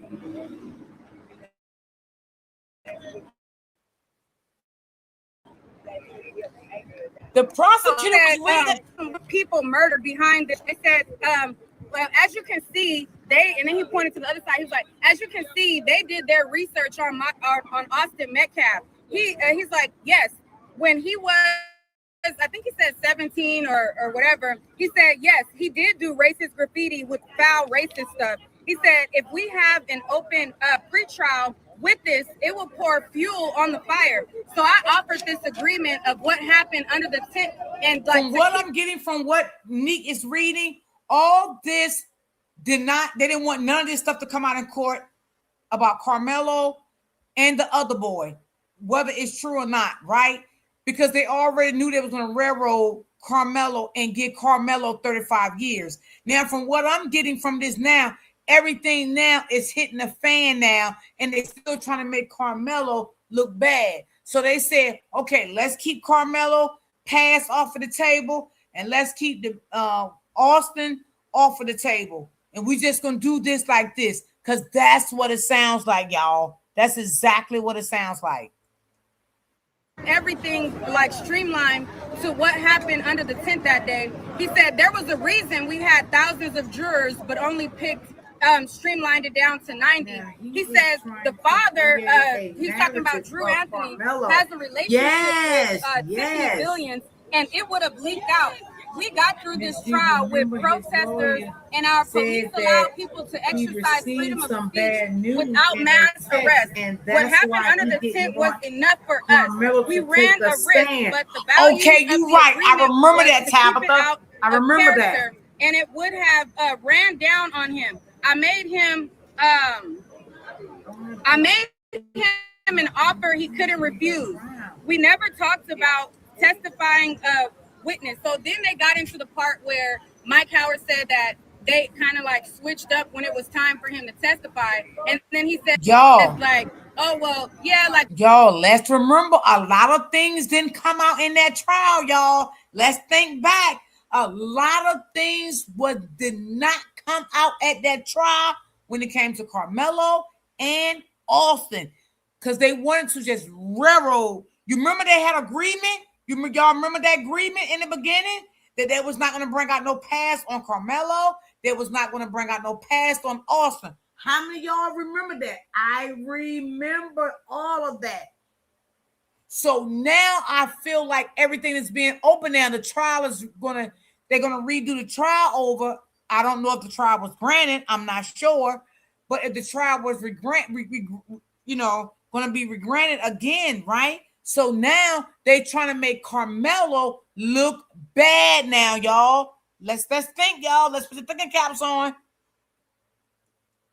we made all these agreements for protection, but we didn't ever think that he was ever going to testify. So we never got into the particulars of what would happen if he testified. And we would have loved him to testify because that would have been the cherry on top to what do you say? That would have been the cherry on top to like nail him. And I'm just paraphrasing. And then he said that all of the bad character evidence that they had on him would have resulted in him getting a much longer sentence. So they did him a favor, basically, by having this gentleman's agreement. And then he said that they worked through it and they had an agreement and it holds.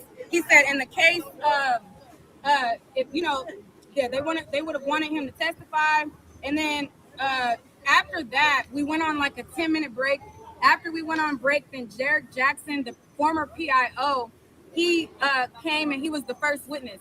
So basically what happened was anybody who wanted media credentials, you had to go through the public information officer. And so one of the things also was his duty to give the public information regarding the case. Well, basically, the Associated Press wrote him and asked for the trial schedule. And he gave the Associated Press the first 4 days trial schedule. He said his motto was that whatever information he gives to one person, if another person asked for it, he would give it to them. Like he didn't differentiate between who could get the access, who could get the information. And after that, he said he was fired. He got called into a meeting with he said Bill Worski contacted him once he found out that Christopher King had this information. He said after that, Bill Worski asked to speak to his boss, and then his boss called him and told him that he had to report to the court the next day. When he went to the court, he said Judge Roach basically like chewed him out for 6 minutes straight. He threatened that he would put him in jail for 6 months or throw him in contempt of court.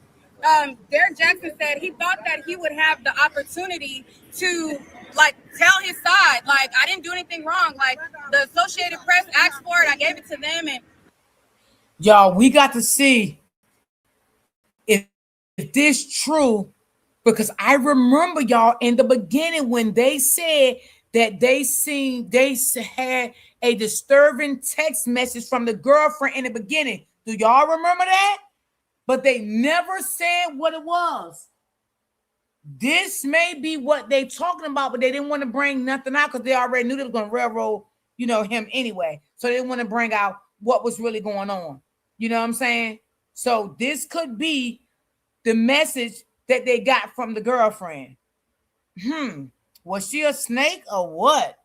Like, ooh, y'all. Wow. He asked for it, and I thought, like, there was not a bad thing to give out, like how, like what times, like things are gonna happen. And he said that he was emotional, he was crying, he was shedding tears. He said like he thought that he was gonna have to go to jail. He said that they were like, well, did you think that you were gonna have to go in jail for like 6 months? And he was like, well, I didn't think I would have to go to jail for 6 months, but I did think that I would go to jail. And I was trying to work. The girlfriend is the only one would know if this a lie or not. And she's in that courtroom. If they put me in jail, and then well, he she said was that today. After Judge Roach chewed him out for 6 minutes straight, he didn't have the ability to defend himself or But say she had anything. never He stopped left being out, by and his Karmelo's boss side. She sure handed him a didn't. yellow manila She sure folder. didn't. And when they handed him a yellow manila folder, it was basically like, "You're fired." And he If said y'all would that like was to the last support my time he channel, was my ever link is at pinned at the Collin bottom. County, and that was the last time that he ever showed up here. There was so much other stuff. He called out Gerald from the NCB. He said that, oh well, do you know why we like were strict in vetting the people who came here? He talked about how, do you know the NCB? Some guy from the NCB. He said, do you know records for him? He said, oh, he was arrested for sending in bomb threats, and I believe he's in the audience. He's in the back row or whatever. And then he was like, so these are the things that we're dealing with. We have to basically figure out who's credible and who's not, who's bad actors and who's not.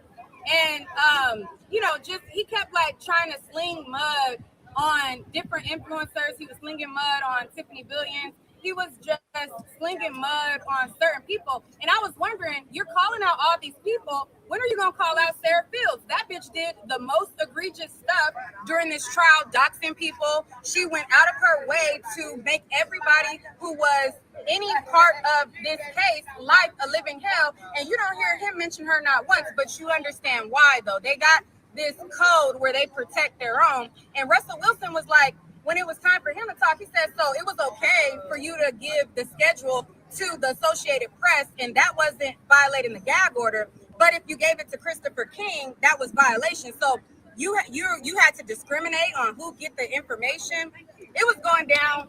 We are on break. I'm super hot. I'm gonna catch y'all later. Stay tuned to my live that I do after the closing, and I will catch y'all for anything. Make sure to hit the like button, hit the hype button. I'm bringing you guys all of the information straight off of the courthouse, the courtroom, and this ain't easy, okay? I was off of 2 hours of sleep, okay? I went to sleep at midnight. I woke up at 2 a.m. to get here at 3:34 a.m. Been in here at all day, thugging it out. So if y'all could support the channel, I would really appreciate it. There's a lot of people who are gonna give you skewed facts. I'm gonna give you the truth, the unfiltered truth. My Cash App is Neek at Night Media, so definitely look out for your girl. It's spelled exactly like my channel, and I'm out.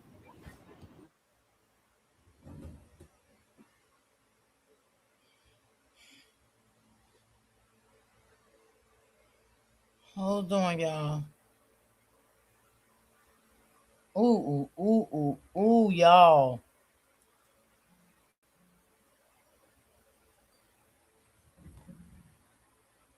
Okay, I think she was done, y'all. Hold on. I think I see. Y'all, I don't know what else. Hold on. Let me get to. Cause I think I seen somebody else live too. So let me try to get back to where I was at. So y'all, what do y'all think is? I don't know what. I don't know, y'all. Let me see. I'm trying to see who else live right now. Hold on. Let's see. Let's see.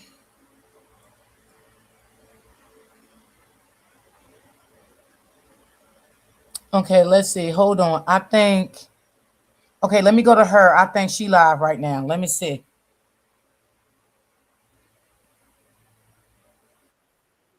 Ain't no harm in wandering. There's a Y'all, I'm bounty trying of to keep fresh up. produce delivered daily for the taking.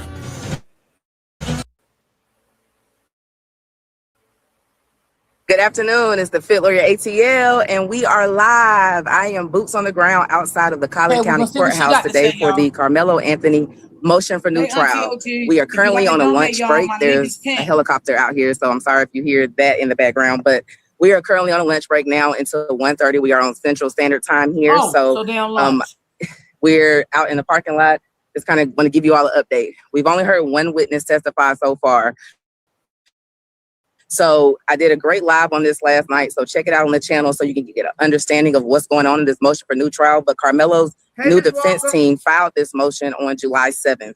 They are raising arguments that when Judge Roach, who has been recused from the case, restricted entry into the courtroom by issuing this order that he issued that limited how many media could come into the courtroom, how many seats were going to be for family. I think it left like 27 seats for the public. Like when that amended order was issued and put those restrictions in place, the defense is arguing that the law called Waller versus Georgia and Presley versus Georgia, that they require the court to put certain findings on the record. And they are saying that those findings are not there. So a lot of people, when this first came out, they're like, oh, it was a public trial. It wasn't a closure. People got to come in. Y'all are, the people who support Karmelo or anybody that's making that argument that it was a closure, they were calling us all, names and saying that we were stupid. Well, guess what? The state and the defense this morning stipulated and agreed that there was a closure. There was a closure. Whenever there is restrictions put in place, that is categorized as a closure. It could be partial, it could be full, but in this case, it was partial. It was put in place, and then that triggers Waller. The Waller case, we broke this down in the live last night. It requires that there be an overriding interest that's talked about as to why you're going to put this closure in place. It requires that overriding interest be put on the record. Also, what's required is that you have to, the closure can't be too broad, right? So if your only reason you want to close it is because you want to protect a certain type of witness, then you can't just close it all to the public. You have to do something narrow enough to address your overriding interest. Also, you have to consider reasonable alternatives. You have to put this on the record as well to see if you determined if you could do something else. Like today, there is an overflow room with audio and video feed. For the trial, for the first 2 days at Wardire, there was audio feed and video feed to this ceremonial overflow room they use that holds 150 people that would have allowed more of the public to come in. It was open for the first 2 days of the trial, but then when trial testimony started, it was closed. No hearing, no reasoning put on the record or anything, and that is a requirement of Waller. And so in all of these findings and considerations have to be placed on the record. A prime example, it happened this morning. So we have a new judge on this case. He hasn't done anything in this Karmelo Anthony case until today. He was appointed by the administrative judge yesterday as Judge Michael Chitty out of Kaufman County. He's a retired judge. He's been retired since 2020, but retired judges come back and do things for hearings all the time. So that's not, unusual. So he was placed on this case just yesterday. And yesterday, the defense filed a motion asking for the judge, whatever judge was going to be hearing the hearing today, to allow for an overflow room and to allow for a live audio feed streamed out to the public. Well, the judge considered it, and in the order that he issued, because it was a proposed order presented, so it was already typed up, there was a line, I believe it was paragraph 7, that stated that there would be a live feed to the public, where he crossed that out and initialed it. Guess what? This morning, he did his Waller findings on the record. He had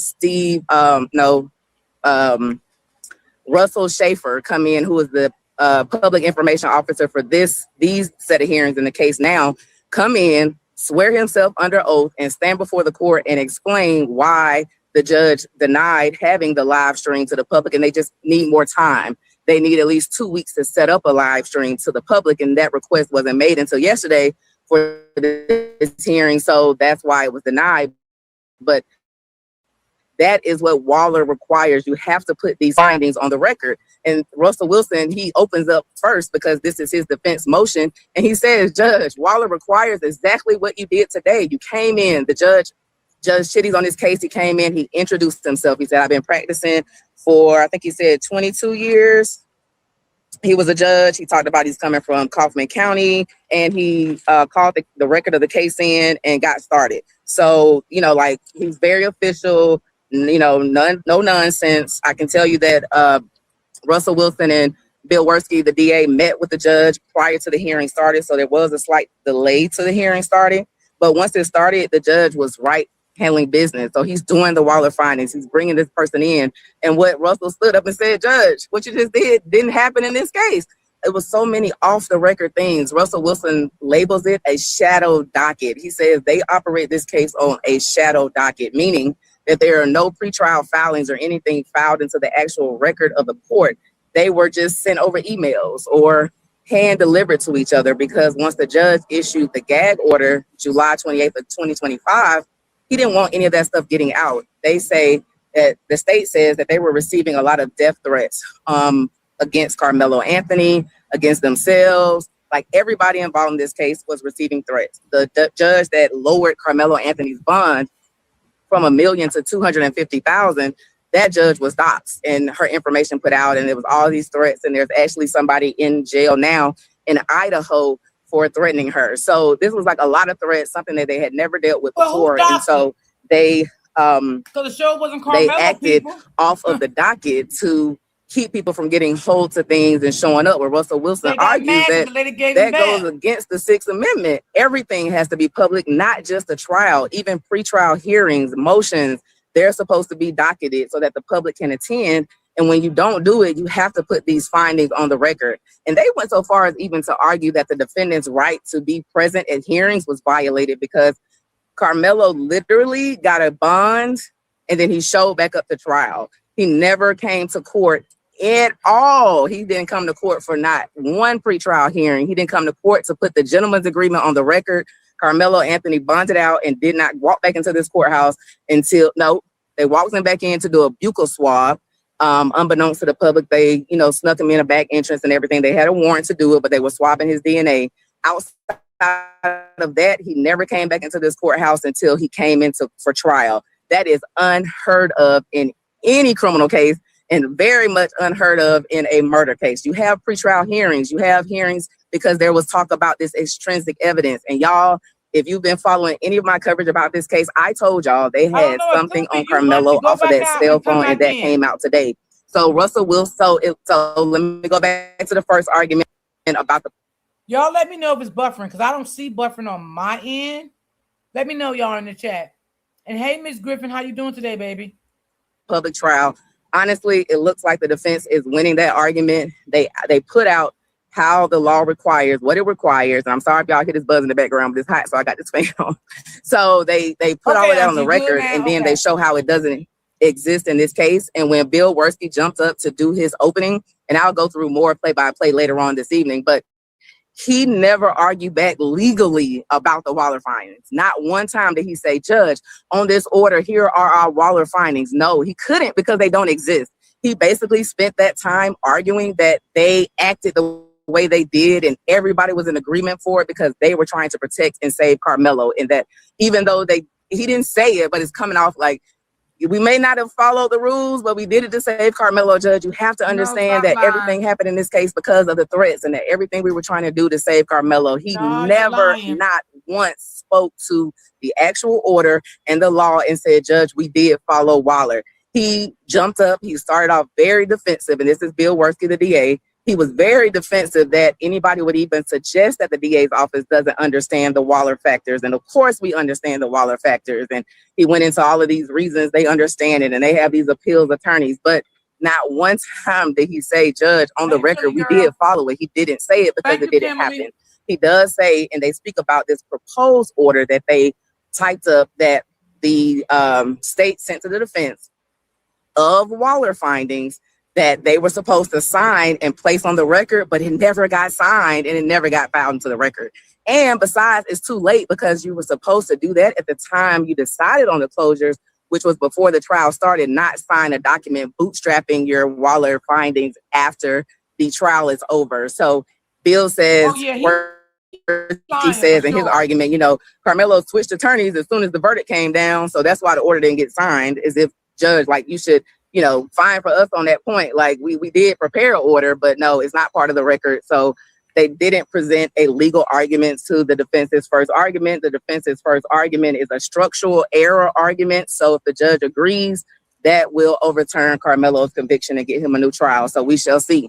The second argument, the gentleman's agreement, Bill Worski spoke to that in his opening. He says that Karmelo Anthony had a lot of damaging evidence on his cell phone. And I've told y'all on every live when I've talked about this that I knew that it was information on the cell phone every time I have a criminal case. No matter how good the child looks, they're young, they have stuff on their cell phone. So what Bill says, and this is Worski says, the DA, and I can't say that this is 100% fact because no testimony has been brought out about it yet. But he says, so allegedly, Karmelo Anthony had broken up with his girlfriend.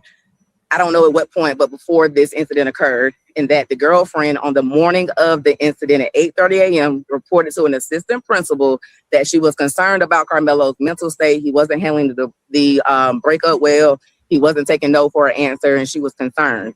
3 hours later, he stabs Austin at this track meet. So they're saying that there were text messages on his phone that also showed that he had a knife, talked about why he I told y'all that it could have been something in the text message, but that when they made that agreement that they wasn't gonna bring nothing about Karmelo, they wasn't gonna bring nothing about Austin background. This is why, because they connected it all together. The judge already knew, the prosecutors already knew, Karmelo attorney already knew, Austin attorney, which is the prosecutor, they knew all of this. That's why they didn't bring nothing out. Now, I'm not saying it because I don't know what was in the text messages, but now everything is coming to light. And like she said, she can't say what's in the text messages. She don't know. But she is an attorney, y'all. She's an attorney in Atlanta. But she came here on this case. He had a knife, that he was itching to stab someone, that he had messages on his phone saying that he fantasized about using the knife, stabbing someone and licking the blood off the knife. There was now this is oh my God, what the hell? Now she was going to say this is allegedly, and she right, because she had to protect herself because she's a lawyer. And I'm going to say allegedly too, because I don't know if it's true or not. But she only coming out, putting out what was told today in the courtroom. That's what she's doing. All that Bill Worski is saying in his opening. So we haven't seen proof of that. It hasn't been admitted to evidence, but this is what he is saying are the things that Karmelo had on his phone that they offered this agreement so they could keep it out. What else was it on the phone? Just they said it was that he, from things on his phone and different videos and stuff, that they felt like he was itching to get in a fight, like he was very aggressive, like he was just looking to get into a fight. They said he was reeling is how they defined it, and said that on that morning he was losing control and basically whoever could have gotten. I mean, and I don't know if this is the case or not, but I'm gonna say this. If they got these text messages, they need to make sure this stuff is real. Okay? Make sure that came from his phone. You know what I'm saying? They need to send that to a lab, his attorney, to make sure those text messages is real. The dates corroborate together. I'm just saying, because I don't know what was in his phone. I don't know. None of us don't know what was in that phone. She's only speaking what the prosecutor brought out today. So all this stuff is new to everybody. I mean, I know it's new to me because I never heard none of it. But make sure y'all hit the like button and everything for me, please. I appreciate it. And if y'all like to donate, and if I don't run out of time, I would do another one before I run out of time. Was going to get it. And so that we haven't seen any evidence of that. This is just what Bill Worski was saying in his opening statement about the gentleman's agreement. So he says, trial's coming up. He's the one that offered the agreement. He's like, I know that they're preparing like we are, and we have bad stuff as well. Yes. Austin, I know Austin had been arrested as a juvenile for racist graffiti, as well as them being known bullies and other stuff. However, because he's a victim of the case, Bill Worski felt like a lot of that stuff wouldn't even come in anyway at trial. So he felt like he had leverage at that point to make this trial as simple as possible. So he reaches out to Mike Howard, offers Mike Howard this gentleman's agreement so that they could try the case clean, keep out all the bad stuff they have about Karmelo, and they would keep out all the stuff about Austin. They wouldn't cross-examine any witnesses. So, a lot of people, when they watch the trial, they're like, why isn't the defense coming back and saying, but didn't you say this previously? But didn't you make this statement? And all of that was kept out through the gentleman's agreement. So once they entered the agreement, they then went through each witness's testimony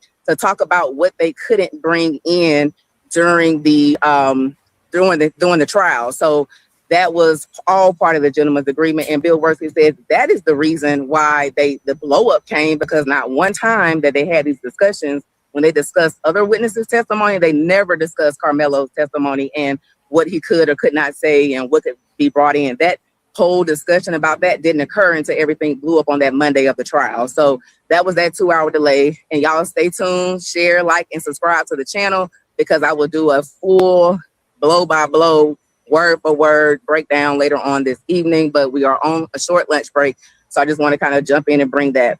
That's pretty much all, factually new things that came out in the opening. After opening, we took a break, restroom, about 10 minutes, came back, and the defense called the original public information officer from the trial, Derek Jackson. Derek Jackson testified. He was fired because he sent an email out of the trial schedule.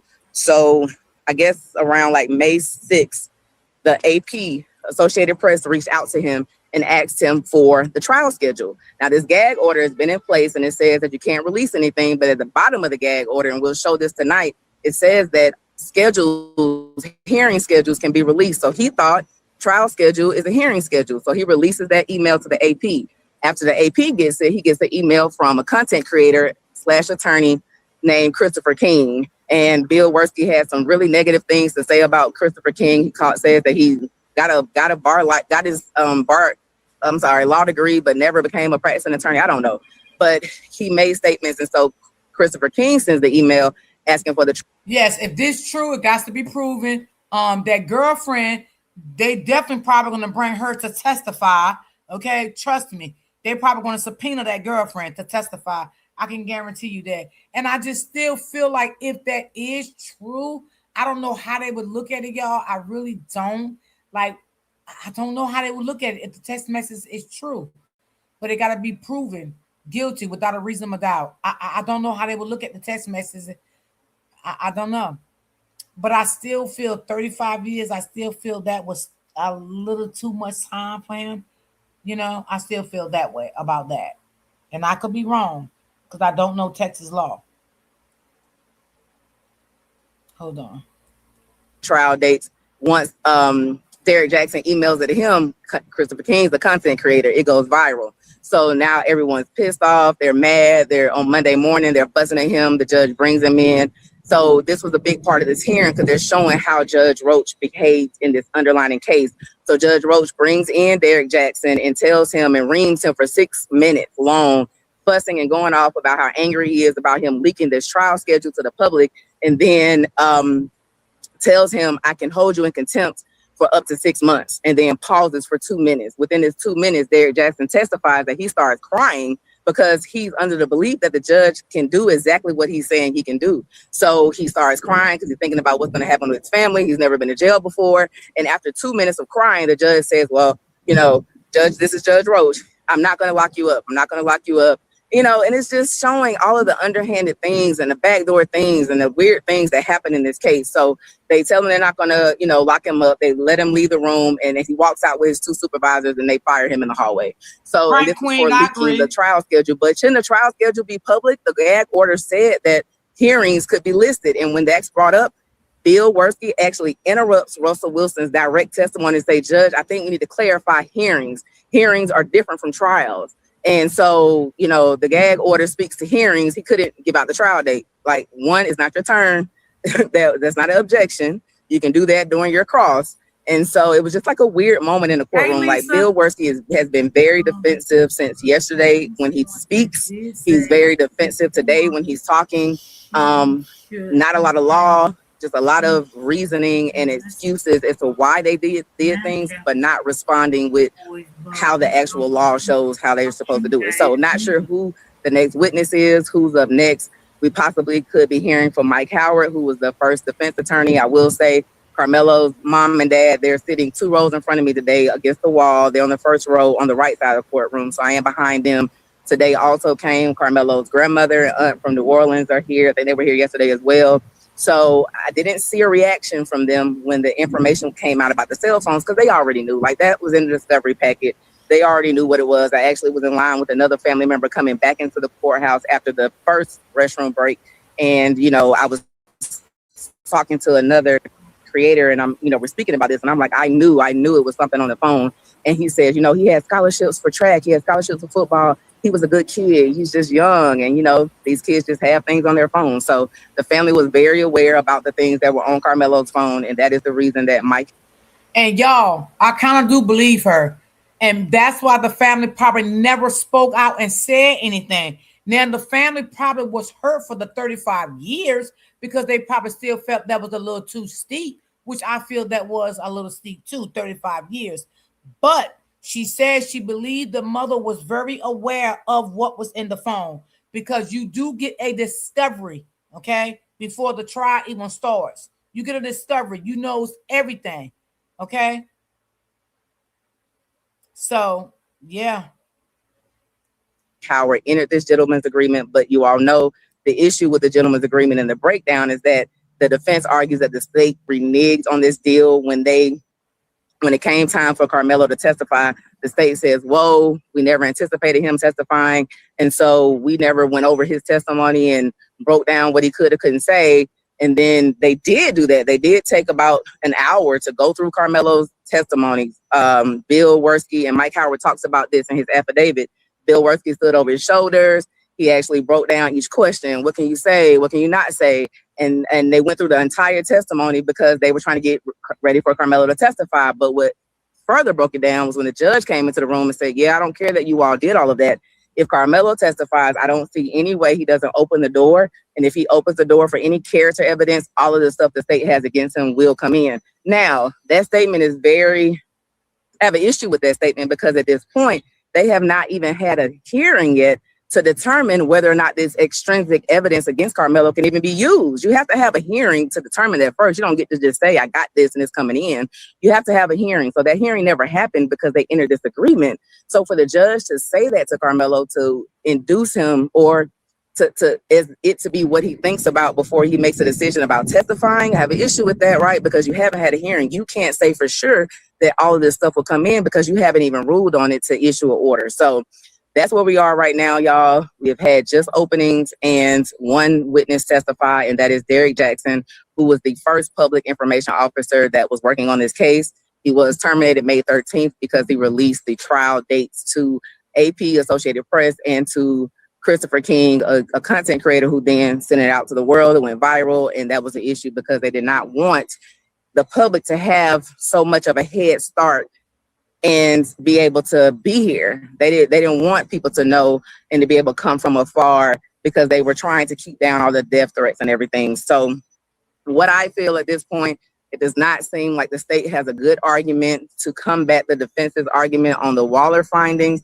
They simply argue that they acted the way they acted because they were trying to save Karmelo's life from all the death threats. And even to the gentleman's agreement, he says, hey, look, we all agreed on it. Mike Howard agreed to it as well. And hey, we were doing Karmelo a favor. We had leverage. We were trying to, protect him. If we hadn't entered this agreement, he would have got more time, is how Bill Werski handles that argument. So stay tuned. I'll be back. We're due back inside at 1:30. We're on Central Standard Time here in Collin County, Texas. Thank you so much. I see we have 760 in the chat. Be sure you like, share, and subscribe to live. I will come back after the court, after we're released at 5. I don't know if we're going to get through today. It doesn't look like it because we come back at 1:30.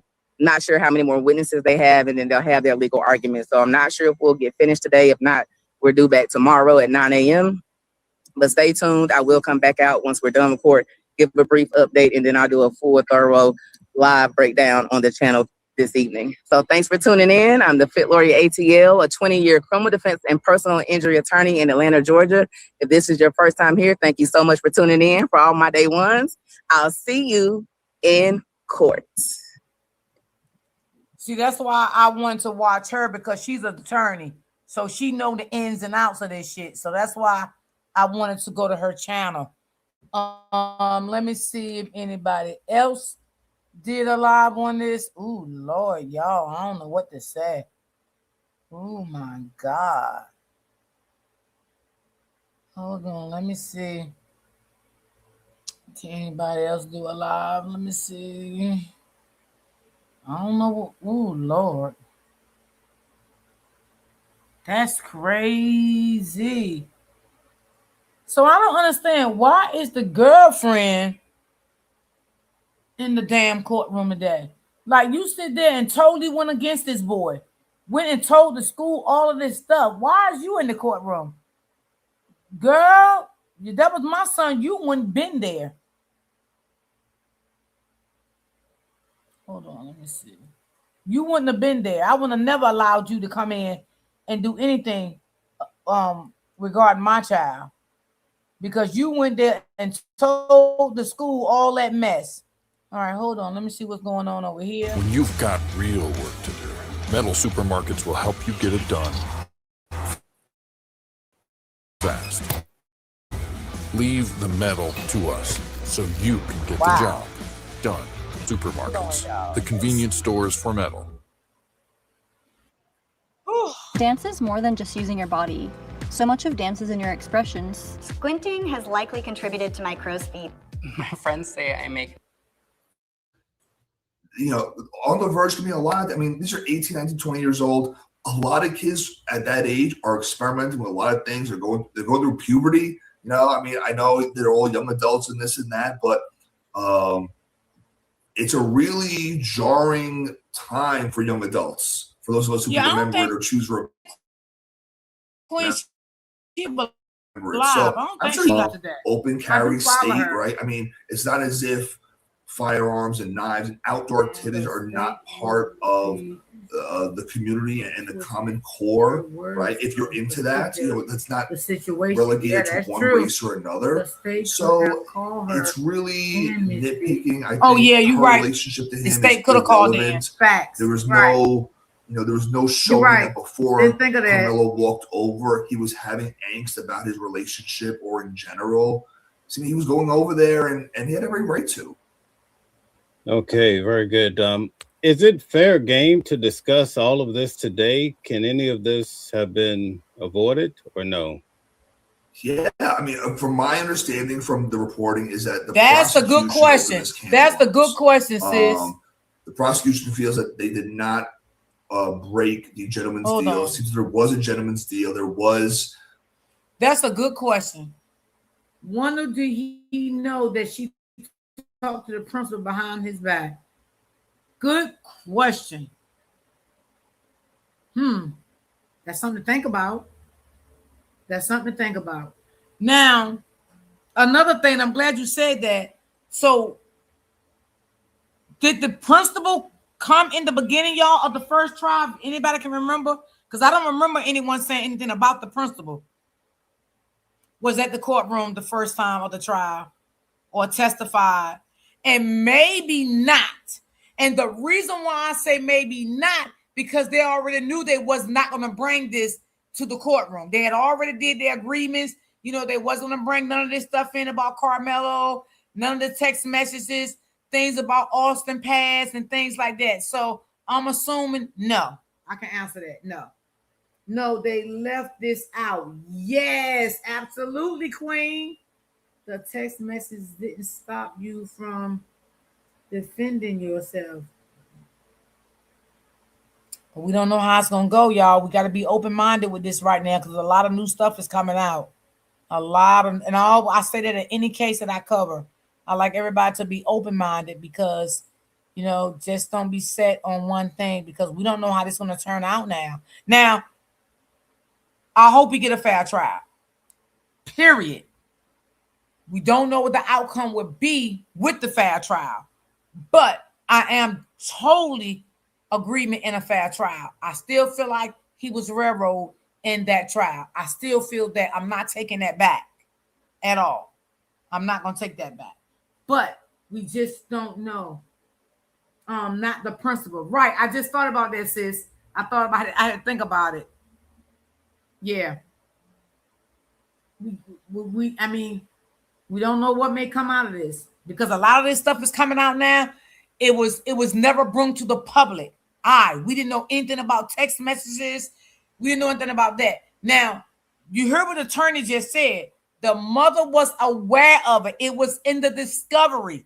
She said that. The mother was aware of all the text messages, everything. The mother was aware. The father was aware. Everything was in the discovery. She said that out her own mouth. Y'all just heard me play it. So I don't know, y'all. I guess we have to keep up with it. I'll do the best I can. Oh, Lord Jesus. Hold on. Potential evidence that was not used on both sides. There was disagreement. And they could he just trying to, argue, but I sometimes he get didn't on my break nerve. the agreement. Tell me the piece of evidence I used that we're aware of that I said I wouldn't use. You didn't have to go into, well, look at all the other stuff I didn't use that I could have. Yes, we have to keep open-minded because it's wildly we heard what she said out her own mouth. The mother knew about everything within the is supposed to be the good guy, right? The prosecutor, the judge, they're supposed to hold the high burden that us sleazy defense attorneys can't match, right? They set the bar. When the government falls, well, that's the whole thing. System falls. We didn't know about what the messages said. We didn't know about they had. To keep the government. Hold on, let me turn this off. That's the thing. We didn't know about any of that, but they knew. The mother, father, the judge, the prosecutor, both attorneys, the state, they all knew that. We didn't know that, and we was not going to ever know that if this one came to this point now for a new trial. But being that now they want a new trial, now they have to fight for the new trial because now the state coming out and saying everything. This is the state talking now.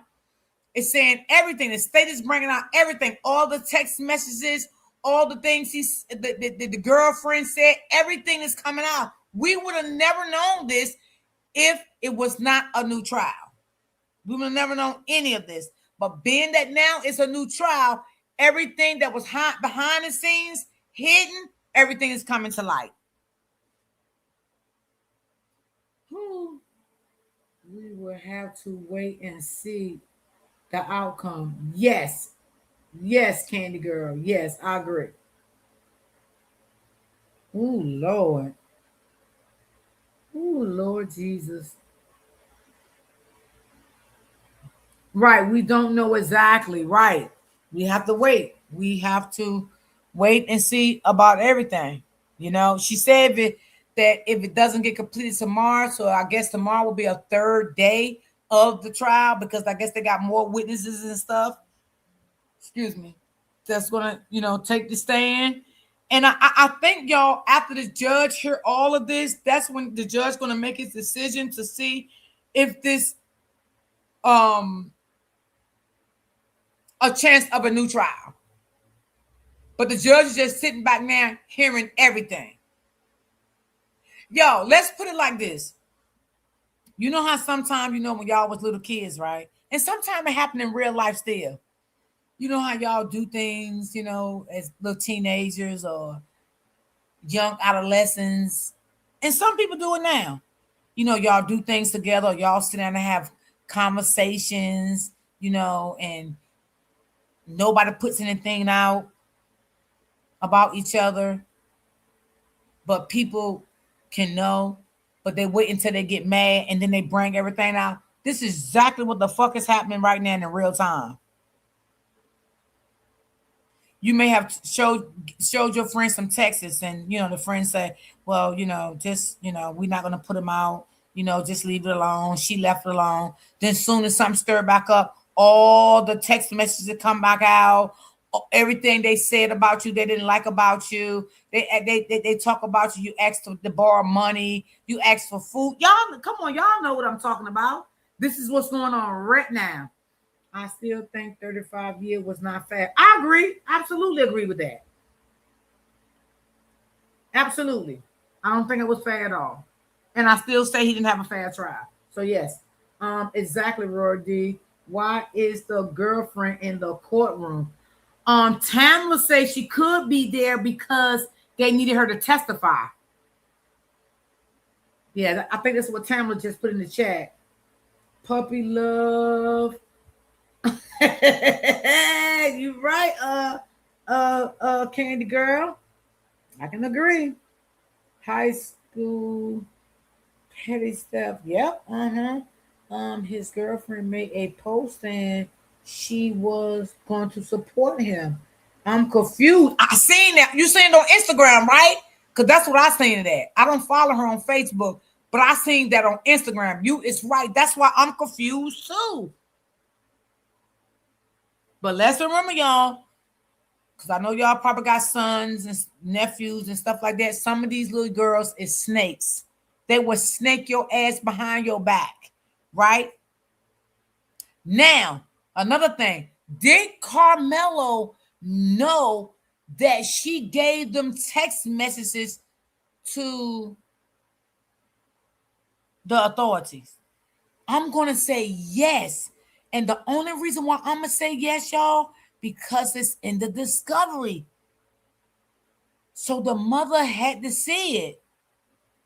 The mother may not be feeling so good about her because she's in that courtroom now. She may was peaned to come there today. The mother ain't, trust me, the mother not feeling good about her, that she turned on her son. Okay? But she had to be there as she was subpoenaed. That's what I'm getting from that. I heard that too, D. Yes. That's what I said. Y'all, let's be open-minded about the case. Let's be open-minded because, I mean, the attorney just said the mother knew. The mother knew about the text messages. She knew. And I'm going to leave it like this. One of me and my sources, we talked behind the scenes, and we always felt like the mother was holding back something. And I'm going to leave that right there. If she been in trouble, they should have got her to say all of that to clear her name. No. I believe it's facts. I do believe that, Miss Griffin. I believe it. And Miss D, do you think she told her cousin Eddie about the text messages? Yes. Yes. Yes. I believe that. Yes. I never did trust the girlfriend. Come on, Kimberly. Come on, Kimberly. Come on. Huh.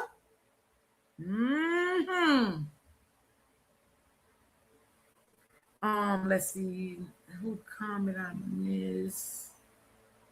Okay, I said yes to Tamily. Tamily, I'll get your name confused. Don't pay me no mind, baby girl. Yes, I never trusted the girlfriend either. Yep, we talked about that behind the scenes, and we also talked behind the scenes that we been felt the mother was leaving out some stuff, but we never, blast her or anything like that. And I still won't. You know what I'm saying? Because that's her prerogative. If she didn't want to come out and say, what was said, and she was not going to come out and say that anyway, because that would have opened a whole nother can of worms, and was already talked about that they was going to leave that on a down low. So she was not going to talk about it. Y'all understand what I'm saying? But being that everything is coming out now, I mean,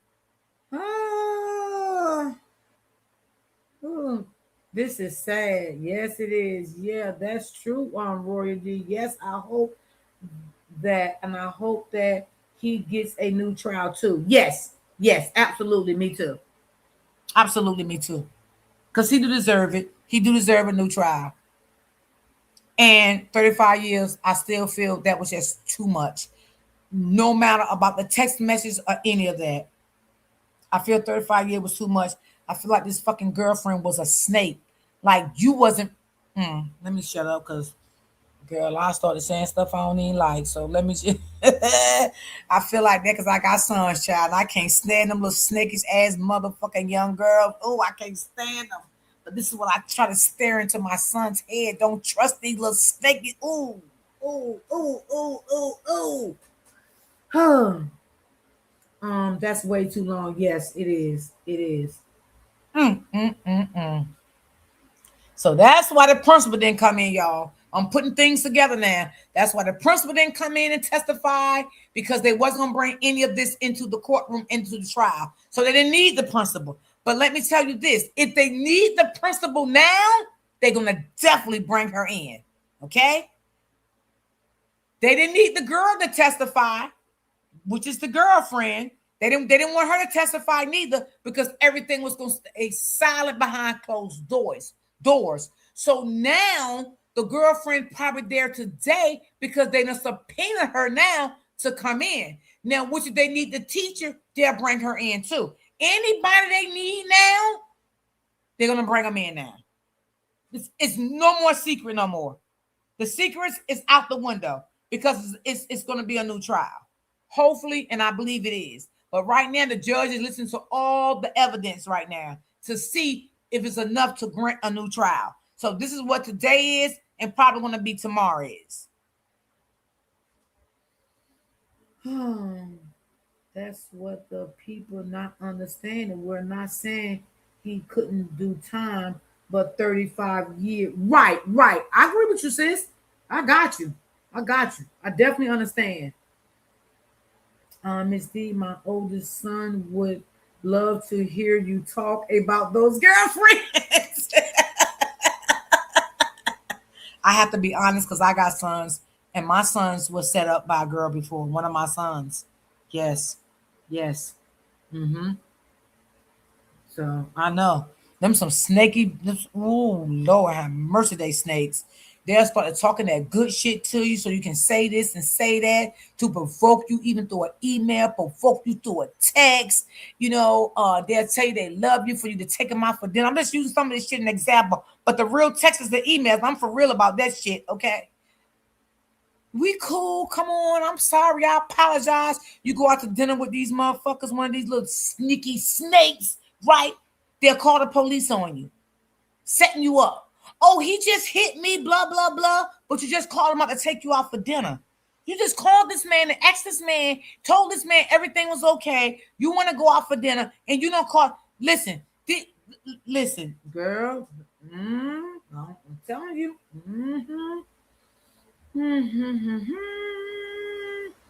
No, I hope they let Karmelo take the stand. Oh yeah, most definitely he is, but they're gonna prepare him. Trust me, his defense team gonna prepare him. It seems like they taking their time, not rushing like before. Right, Kimberly?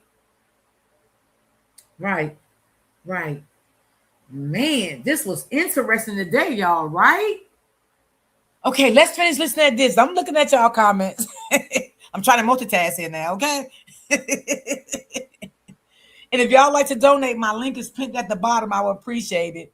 I'm gonna see what time it is. I'm always running over time. Let's finish listening to this. I like this attorney, but sometimes he get on my nerve, y'all. But I do like him. But I like the other lady that I played better. But he alright, he's just aggravating sometimes. To make sure they do things the right way. They can't be cutting corners. They can't cheat. This was not the time and the place. Yes, it's interesting. And I don't see yes, it is.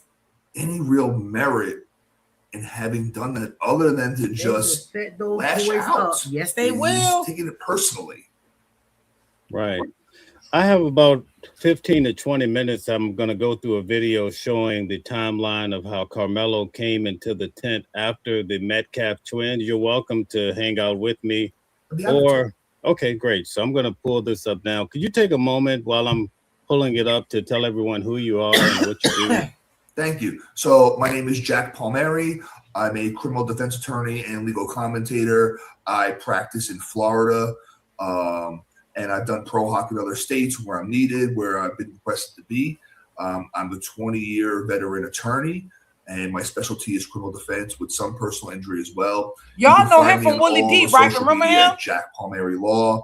I welcome everyone's comments and criticisms, and I'm always here for anyone. I read the comments. I'm always happy to reach out, and as long as they doing the case, I'm gonna talk about it. I'll bring it to y'all. At least one person out there with something they didn't know before. Okay, so we're going to do this as a separate produced recording, so there won't be any interaction with the audience, okay? So this is going to be for the future purposes. So I'm going to pull up the video now, and then we'll have at it here, all right? Thank you very much. Guys, hit the like button, share, and subscribe to the channel. We're going to cover the fact that Karmelo Anthony arrived in the tent after the Metcalf twins, okay? Thank you very much. And we're going to push through this. Okay, so here we go. Let me take this for 1 second. Okay, so we're gonna go back and start this off. It's very important. Also, I have to remove this here. 1 second, everybody. Let me remove this. Okay, let's see. All right, here we go. Okay, so there we have it. So this is the actual day where the event happened between Carmelo Anthony and the Metcalf I love him. twins. He is I want you to funny. pay attention. The argument that I'm going to make here with Jack is that Carmelo Anthony, according to the courtroom testimony, I was actually in court. That's what he The said. courtroom Says testimony after. is that Carmelo Anthony beeline into the tent after the twins arrived 2 minutes later. Okay, so that's what we're going to establish today. So we're going to start off. If you notice, this particular stadium, we have the west angle and we also have the east angle. Right now, we're going to start off with the west angle. And when they say that the video is in 4K, this is exactly what they mean. At some points in this angle, you can see a bird fly by, you can see the raindrops. But as I start the video, I want you to pay attention to the actual time frame that this actual event starts according to the timestamp on the video. So if you notice at the very bottom, I think it's that's what I thought too. People say he was there first. Jack? Yes, sir. Okay, so it's very important. At 9:46, the twins started walking into the stadium. You see the arrow? There's a group of about 6 boys walking together. And you're going to notice that they're going to walk around the opposite side of the stadium. But the key factor here is that the timestamp showed at 9:46. Right now, you're going to see that Austin is hard to see from a distance. Austin is walking in the front, but then you're going to start. At Regeneron, science becomes medicine, and medicine becomes possibility. We are Regeneron, and we're in it for. Going to hit Austin on the shoulders and run past him. This is when Hunter takes the lead. Some of the boys walking in this group, they're going to get off right now and step into that stadium. You're going to see a boy walk up into the stadium wearing some sort of purple. Okay, so as they walk around, I want you guys to notice that Hunter is going to actually walk into the tent first. And it's very important that you pay attention to where he sits at, okay? So Hunter is going to be the first boy to walk into the tent right now. I'm going to pause here. I want you guys to keep in mind, there's a gap. Do you guys see the gap under the tent? So there's individuals that are sitting there, but notice that Hunter, unlike what many people say, because there's some narratives that they say that Hunter walks up in Austin and they immediately attack this dark figure under the tent. But I'm here to tell you today, from what I learned in court, actually sitting in Carmelo's trial each day, is that Hunter is going to go and sit in this gap. Carmelo is not under the tent. It's very important to get this accurate. I'm going to show you when he actually goes into the tent. So let's watch Hunter go sit in the gap. You can also see Austin go to the middle of the tent. So watch. That sounds about right. Now I hope and pray he haven't been talking to her from that jail. Cause baby, ooh, I wouldn't talk to her. She's a snake. He's looking at a fake video. For real? How this plays out. Okay, Hunter goes into the middle there and sits down. Okay, right there. Okay, so Hunter sits in the middle in the gap. It's very important that we capture that. All right, so now we have, according to what the Frisco school presented, this is the east side of the stadium. Jack, can you confirm that you're with me so far? Tell me what you think. Yes, my friend, which is so far, you've laid it out beautifully. Okay, so now we get the east angle from the stadium, and I want you guys to pay attention all the way across. This is in 4K, but with the 4K camera, they have the ability to pan all the way across to the opposite side. And what you're going to see next, you're going to see Carmelo Anthony. He's going to walk out of this opening. Yeah, I do remember they saying that Carmelo was there first. I never heard that the twin boys was in the tent first. I never. It's my first time hearing that. I never heard that. I always heard that Karmelo was in the tent first, and he was sitting next to, I think the boy Eddie, y'all. If I'm correct, y'all can correct me and let me know if I'm right. But I think it was the boy Eddie. Right, this gate to the stadium, I'm gonna let it play. Okay. One thing I want to mention is that the Frisco, the school actually put out 2 videos. They put out Oh, okay, the far Kimberly. distance that you see Okay. now. They also put out a close up. So what I did, I merged the 2 videos together, and you're going to be able to tell that an individual is going to walk out before Karmelo, and you'll be able to see the timeline. What they did on this particular video, they show you I think it's 9:53. Jack, do you observe that it's 9:53 according to the timestamp? Okay, so the last video I showed you from the west angle, the boys walked in at what, 9:46, right? 9:46. Okay, so now I'm showing you guys that Karmelo is walking into the stadium at 9:56. Let it play. 9:56. Here we go. 53. 53. I'm sorry. 53. And if you notice where the yellow arrow is pointing, that's the gate that Karmelo Anthony is going to walk out of. The white arrow is pointing. I want you to focus on this guy that's standing there. When we get the close up, I just want to establish to you that what the Frisco school did, they ended one video that had the timestamp and then they zoomed it in. So I just want to establish we have the same video. 9:53. All right. So now you see the yellow matches the yellow, and you're going to be able to see a guy in a white hoodie or so. He's going to walk out right before Karmelo, and he's going to walk up the side of the gate here. Notice the white arrow, it points to the same guy. I'm just simply showing you that these 2 videos are syncing together.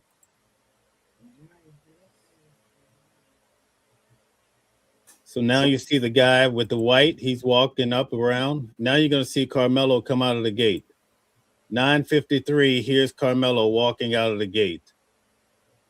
Y'all see that? He has his backpack on, and Karmelo is walking over to go to the tent where the twins are. This is 9:53, all right? Okay, so I blew it now up we're much going as to I get to could so y'all courtroom could see it. testimony. All right, so according to what I've shown you so far, the twins came in at 9:46. Karmelo Anthony is not under the tent. He walks into the stadium at 9:53, folks. He's not sitting under that tent. But I'm going to establish this even more for those that are having a hard time putting these facts together. According to the courtroom testimony, okay, we're going back to the original video.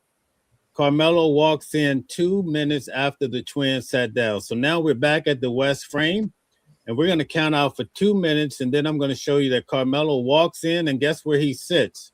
He sits right behind Hunter. So the clock has begun. We're going to wait 2 minutes. You're going to see Karmelo walk in. I'm syncing up both videos. He's going to walk in. You're going to see him sit in the very back, and then I'm going to zoom it in to show you when he sits behind Hunter. Already I showed you the Hunter sat in that gap. You could actually see Hunter's little head sitting there just like a W right in the gap. And they're probably just talking and living their life. See, according to what other people are saying they saw in a different video, they're saying that Hunter and Austin walked up and immediately started beating on Karmelo. Well, they just sat down. Nobody's beating anybody at this point. Okay. But we're waiting simply for Karmelo to walk in. You're going to see him walk in through the back of the tent. According to the courtroom testimony, he came from the right side of the tent, and he sits right behind Hunter. I'm going to show you that when these 2 minutes play out. And again, this is according to the transcripts for the courtroom. You should be able to see when the transcripts are totally released. Okay, so we're just waiting for Karmelo to walk in and sit behind Hunter. Okay, it takes 2 whole minutes, and this is what Worski brought out in court. Okay, so we're still waiting on Karmelo to arrive and sit behind Hunter. There he goes. There's Karmelo. He walks in. He sits behind Hunter. Okay, I'm going to show you a zoom up of that too. But he just sat behind Hunter. That's Karmelo coming into the tent. He was not there prior to the twins. He walks in afterward. You can see he had the backpack on and he settled down.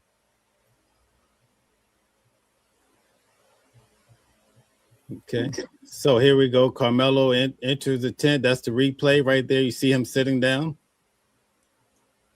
Yeah, Auntie, I never seen this video neither. This the first, because I thought everybody said that Karmelo was in the tent first. And then the video that I did see, y'all remember that video when the twins and some other guy or something was coming through the gate when it was raining? Now that's the video I seen. I never seen, all of this stuff right here. I seen the video when the two brothers was coming through the gate. It was raining that day. I forgot who live. I played it, but I forgot. I can't remember. It's been so while ago. That I seen the two brothers and someone else. They showed a clear picture of them coming through the gate. And then I seen a picture of Karmelo coming out of the little walkway. But that was none of this here. That was none of this. So that's why I always thought that Karmelo was in the tent first. I never seen nothing like this. This is my first time ever seeing this. Because I heard everybody said that Karmelo was in the tent first. I always heard that. So I agree with you, Auntie. Jack, are you with me so far? Yes, sir. You're doing amazing. Thank you, Karen. Okay, so Karmelo was not under the tent when the twins arrived. I just showed you he walks in and he sits by. Auntie, what you said was wrong with that man?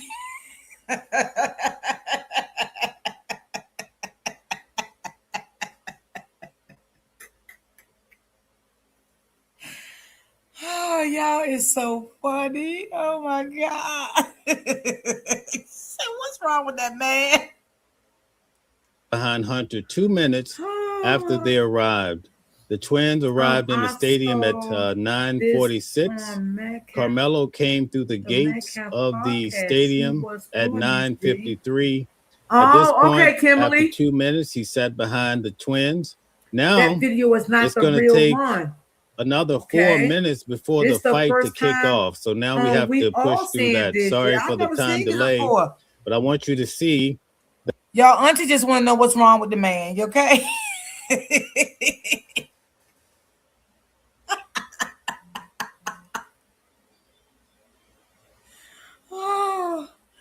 Oh my God. Auntie said, what is wrong with this man? She is so funny. Oh my God. I don't know, y'all. I've never seen this before. I'm just being honest with y'all. I've never seen this before. If I seen it, I would have said it. I ain't gonna lie. I've never seen this before. I've never seen this before, and I never heard this before. This is my first time. That there wasn't anybody walking into a tent attacking Karmelo. That whole attack happened another 4 minutes from now. Okay. And I'm going to show you that Hunter and Austin both engaged with Karmelo. So we have to wait these 4 minutes. I'm just playing it, you're going to see the fight happen. Because I can't see guys, hit the like button, share, and subscribe to the channel. Thank you very much. So they're talking under the tent. What do you think so far, Jack, while we're waiting? In terms of what? I mean, the play-by-play is amazing right here. So right now, there's no crime. Carmelo's done nothing wrong. He has every right to be there, just like everyone else. My thought generally is, for those of us who have been to a stadium game, the bleachers are very daunting. How many videos have we seen of fist fights in the bleachers, and the person on the steps down goes tumbling down? I mean, I think of the severe injuries people do get in altercations at stadiums on the bleachers. If you're not a sports fanatic, you may not be as familiar, but usually you see a clip here or there. That's what I think about when I see this kind of an arrangement, of a setup. Okay, so again, we're still waiting for probably another 2 whole minutes. As I highlighted, Karmelo's still talking with his peers. I mean, I agree with this attorney. He had a right to be there like everybody else. So it doesn't matter who was in the tent first. What matters is what happened under that tent. Because Karmelo had a right to be there because the coach knew he was coming. They knew he was coming. So the fact of the matter is what happened under that tent. Who said something to who first? Who hit who first? Who approached who first? That's what matters. And I like what that attorney said. He didn't do anything wrong. He was sitting under the tent. He had a right to be there, and he definitely did have a right to be there. They're just sitting there, and this is according to what we learned in court. I was sitting there for the testimony. Actually, while I was sitting in court and they were playing this video for the video expert, I'm like sitting there like, when is this fight going to occur? This is basically the same quality that we had in court. It was very blurred, but you could still, when they pointed out in court, well, this is Austin. He goes over to attack Karmelo. You can still make it out, which we're going to be able to see, right? But I'm going to blow it up, and I'm actually going to show you that 2 individuals. Well, I'm going to stand on what I stand on. I still feel that Hunter fucking started with Karmelo. I believe he never liked the Karmelo.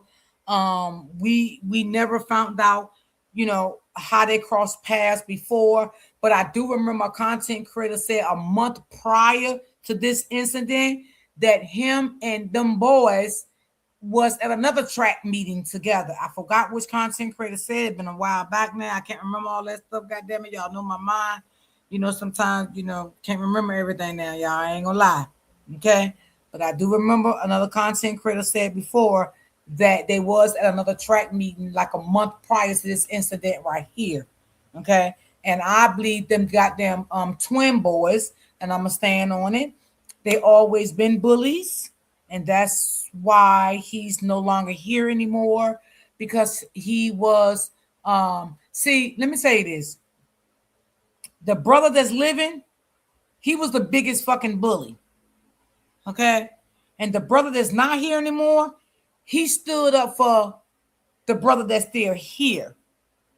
And I feel that's why the other brother lost his life, because of the brother that's still here. Because I believe from what this is what I analyze on my own. I feel like the brother that's here has a big mouth. He's a bully. Okay, which both of them was a bully though. But I think the brother that's still here, he was a bigger fucking bully and got a lot of fucking mouth. And when he starts shit and he can't finish his shit and he can't fight, he go and get the other brother. Because that's, remember y'all, the brother that's still here, he stated that in the interview that his brother always had his back, no matter if he was wrong or right. So what that tell us? That he was a bully / pussy. Okay. Period. He can start, but he couldn't stand grounds on his own shit. So he had to go get his other twin brother. Okay? Period.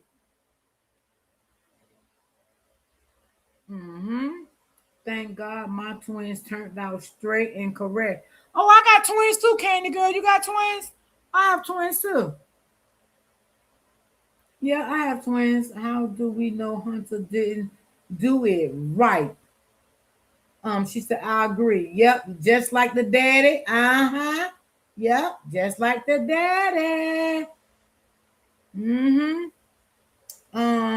a twin? Okay. All righty. Yeah, so the brother that's no longer with us, he was the one that helped out the punk, the one that's still here. Individuals were actually attacking Karmelo at this time, but right now we're still just waiting. I have a boy and girl twin. 4 or 5 minutes for the fight to actually begin. This is very important because there's different narratives about this, and people, they go by TikTok videos and somebody show a 1 minute video and they say, oh, these four guys walked up or six guys walked up and they started to attack Karmelo. Well, we see this today. That's not what happened. Like to work and the get reason their I'm money. covering this is just so we can have accuracy that the twins arrived. Karmelo came. He was invited allegedly by Eddie. Okay, here we go. The fight's about, they're talking. The girl walks in, right? And pretty soon here, you're going to see Austin.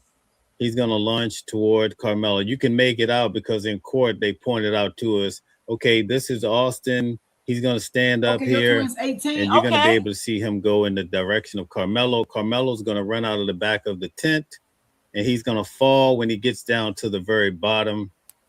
But he never so showed the fight's what gonna break happened off under the any tent. minute now. And Unless I missed also, it. you know, have blown it up so we could see it at a better angle. Your twins 37, so my there twins we go. 35. The argument over this, it's kicking off now. And you're gonna see the fight start. Okay, but it took 4 or 5 minutes. You see what I mean? Okay, so here we go.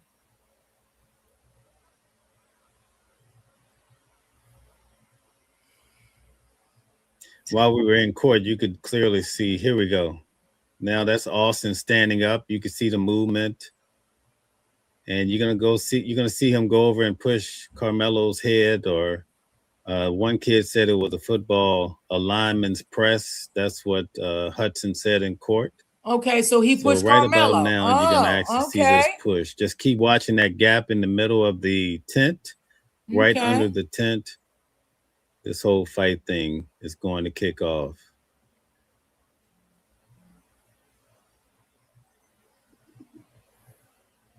Okay.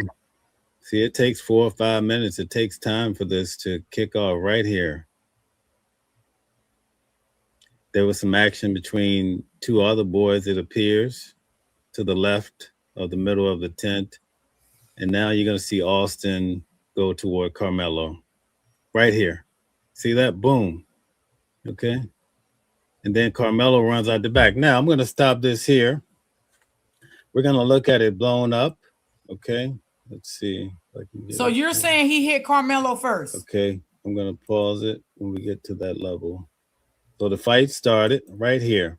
In the middle of the screen, right by this pole that you can see going down the middle of the tent, that's Austin. Even though it's blurred, you'll be able to make out different movements, right? But watch, Karmelo is the head that's right in the middle. You're going to see the same place where I showed you, Jack, that Karmelo came and sat behind Hunter.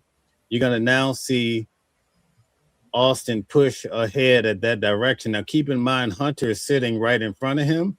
So you're catching the blob of two guys, okay? When this all happens. Right there, boom. See, he pushes, Karmelo's head goes back, okay? When so Karmelo, that's Austin that just pushed him. When Karmelo run out of the back of the tent, now you're going to see Hunter standing up by himself. Watch this. Right there. You see that? That's Hunter. Standing, you see Karmelo at the very top of the tent. But as Karmelo ran out, you could actually see Hunter swinging at him. Hunter. Hold on, y'all. I ran over time. Here's how to go from $300 a month on AC to almost $0. We built this portable cooling system that can drop a room's temperature by 30 about it. On his knees. I'm going to try to show you this right here. Now watch this. You're going to see Austin push his head. Watch this. Austin pushes. Come on. What the hell I just did? Okay. Look at the swing. You see that boy swing? You can see the swing right there. It's a perfect little swing right there.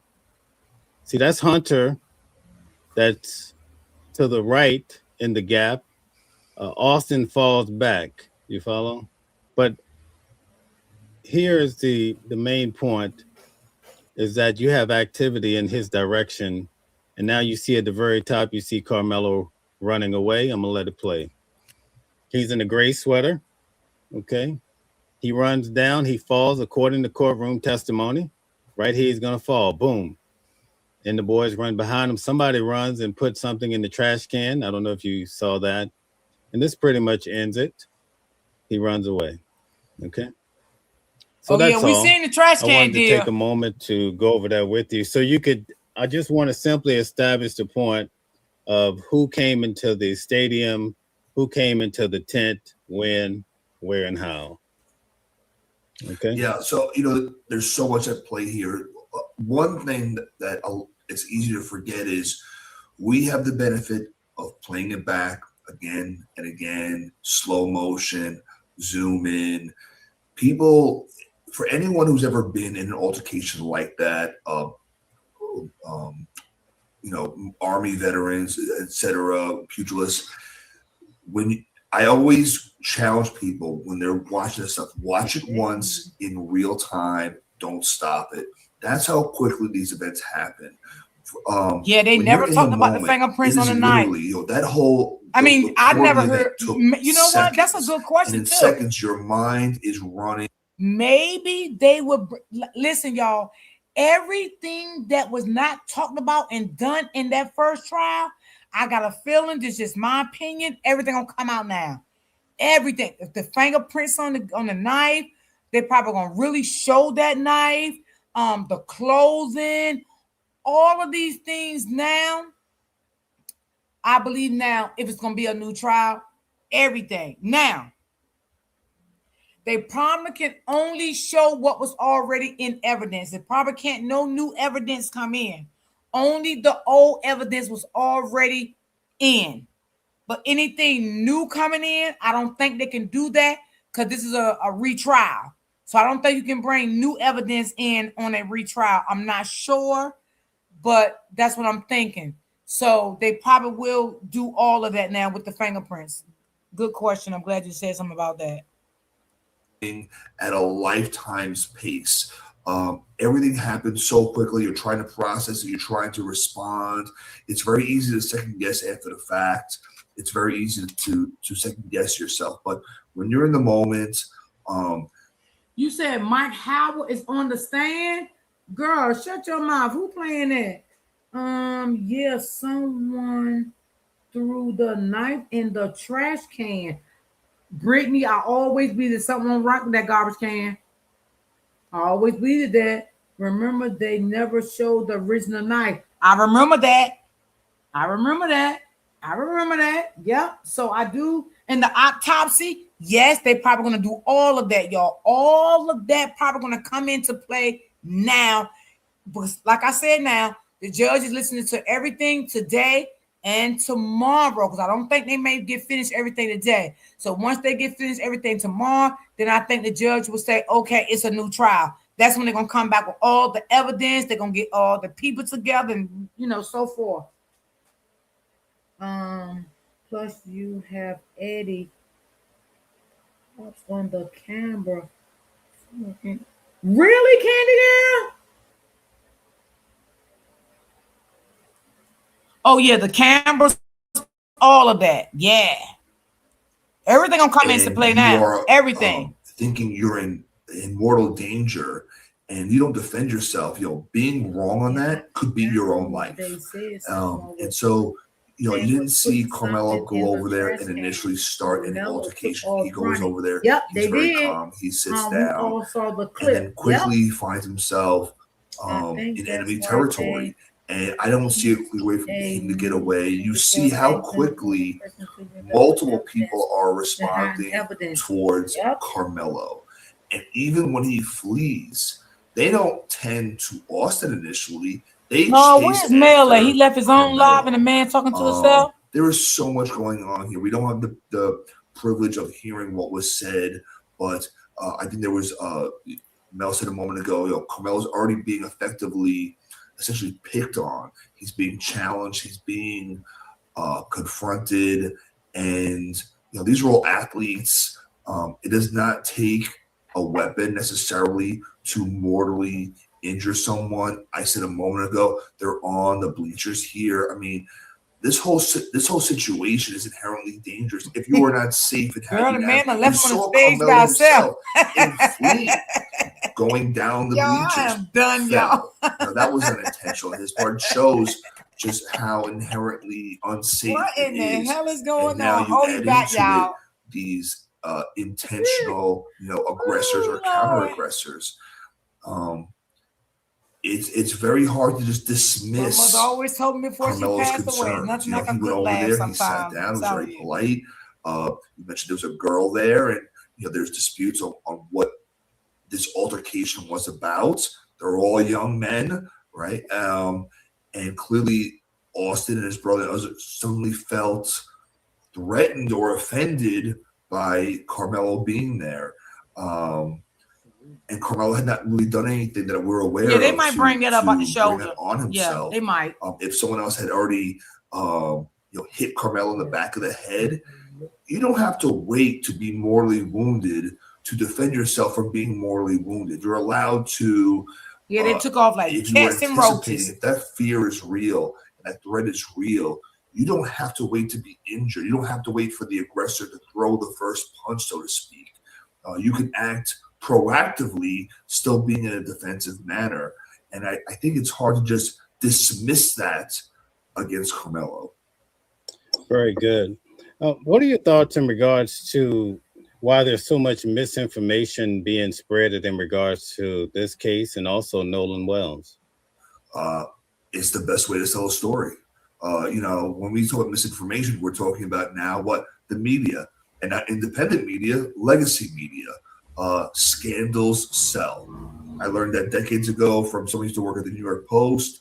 If it's salacious and it moves papers, that's what they're looking for. And don't let the truth get in the way of a good story. So you play to your crowd, you play to your audience, you play that angle on both sides. Both sides are inherently guilty of that here because that's what people are. It's like watching a car wreck. You can't help. You don't want to look, and you can't look away. Smells like fresh produce. Delivered daily. It's an Aldi thing. Every adventure deserves great memories, not y'all got unexpected me tired of surprises. saying laughing At with Mr. y'all. Tire Auto Service Center, get all season. I kept thinking, like, why did they not explain in regards to the knife? Which part of it? That he had it, or just why he had it. Because Karmelo ex-girlfriend. Yeah, I remember that. Outside the school rule, him possessing a knife was not illegal. There was a rule in place that he couldn't have it on school property, but I think Eddie liked it, and he wasn't using it before that in any manner, legal or not. Maybe he wanted to cut an apple, and the only time it became a factor was when he was defending himself. He was not the initial aggressor. He was not with a mob of his own friends, and I guess to bring it up more is to inherently downplays the knife. I think when you leave it vague, you are then open to create your own narrative from a prosecution standpoint. Say, well, he had a knife and that's all there is to it. Well, that's not all there is to it. And clearly, I don't know Karmelo's background, his history, his upbringing, whether he felt the need to have a knife on his person. Again, it wasn't illegal. It was a small folding knife. It wasn't like a machete or something. And other than the fact that Karmelo is an accused here, there was no other real concern about the knife other than he should have had it at school. So I think they left it vague because knives is legal in Texas. For they the legal. rest of us to commiserate about it. You think it had anything to do with the gentleman's deal? Eddie probably Sure, was jealous. that's what it seems. Because again, if the girlfriend's testimony came in, and I'm not sure it would, because there'd still be a defense argument against it. A prosecutor would say, I'm going to try to introduce this, but it's not as easy as saying, I am using this. There are still rules of evidence, and there's still a prejudicial versus probative value argument to be made. The fact that he had a knife elsewhere that was legal to have, I don't know that it comes in because it's prejudicial. He had a knife. Who in Texas doesn't have a knife? who in Texas didn't have a fight with his girlfriend. Like, these things really are kind of mundane unless you force, the square peg into the round hole. And that's kind of what the prosecutor would have tried to have done. Maybe he left it out because he knew I'm probably not going to win that argument anyway. And if I can get the defense that I use something, I'm not really giving up too much of my own. It's chess here, right? I'm giving up my pawn so you don't use your bishop. I think that's why. I think this was a strategy play. It worked for the prosecution because I think they had more to lose than to gain when you look at what they would have tried to get into evidence. Right. Christopher says, I guess killing in cold blood, premeditated, is legal now. No, premeditated murder was never legal, but I don't submit that's what this is. Even to the extent you want to argue that Karmelo is criminally guilty of a crime, to say premeditation, I think that's just kind of ignoring what we just watched. It's really a stretch based on what the evidence that was admitted and two that we heard today.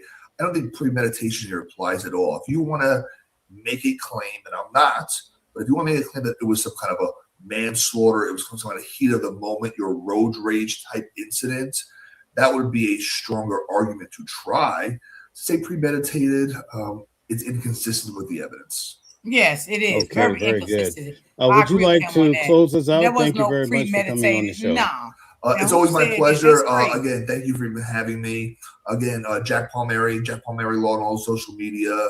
I am just really here with Mel to educate and inform and just give a different perspective.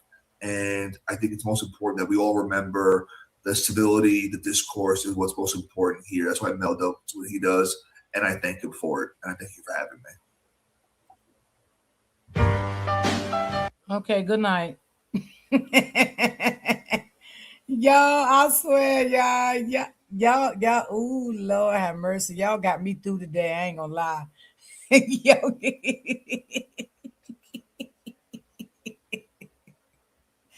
Lord, Auntie say, what is wrong with that man? And somebody said he woke up sleepy.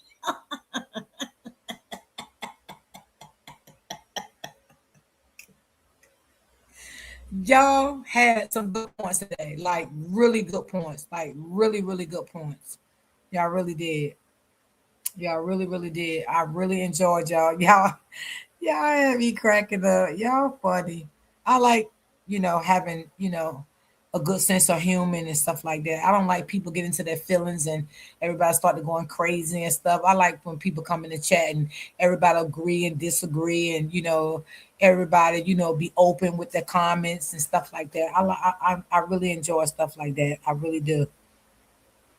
Because sometimes people come in the chat and they start going crazy. What you saying? Blah, blah, blah. And, not giving people their opinions to how they feel and how they view a story. Because I say all the time, everybody view things different, We can all be, in a chat together where we may not all agree on the same thing together. And that's okay.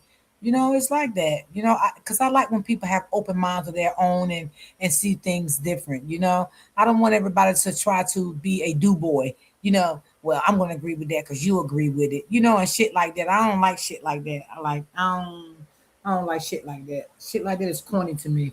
I like when everybody have their own perspective, how they see things, how they view things, how they feel about things. Excuse me.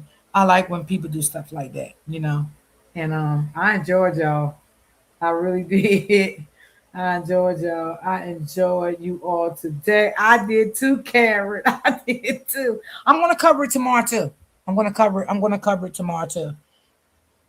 Yeah, I'm gonna definitely cover it tomorrow, and because I already know it's gonna be more things tomorrow. Because they're not gonna be finished today. Because here is at 3:00 my time, so I guess it's at like 2:00 their time. So I guess they probably is still in court right now. So we can agree and disagree. Yes, absolutely. Absolutely. And I like that. I really do. Yeah. Thank you, Brittany. Thank you. God said high and look low. Yep. Trust in God. Absolutely. Absolutely. It doesn't matter about The text message or nothing. I'm not. My concern about is getting him um, let him get a new trial, a fair trial, and we'll take it from there. We'll take it from there. If the judge grant a new trial and stuff like that, that's the most important thing that we want to think about. Getting him another trial. Um, and he have a good lawyer that's going to be behind him, going to make sure he say the right thing, and stuff like that. You know, even if he still get time, but they less his time. You know what I'm saying? That still will be a good thing too, because overall he got a real trial. You know, maybe he might take the stand this time, maybe he may not. I really don't know. It'll be how his lawyer feels about it. Does lawyer feel that he's strong enough that he can handle the stand? You know, everybody said this is a good damn lawyer, so the lawyer knows. Trust me, they probably gonna have conversations with Karmelo and everything. Because normally lawyers does do that. They have conversations and stuff. Um, yes, we have a new trial. Yes, absolutely, Auntie. We love you, Roy D. I love you too, Kimberly. Cause y'all had me cracking up. Lord, I can't get over Auntie. Auntie said, "What is wrong with that man? Did he wake up early?"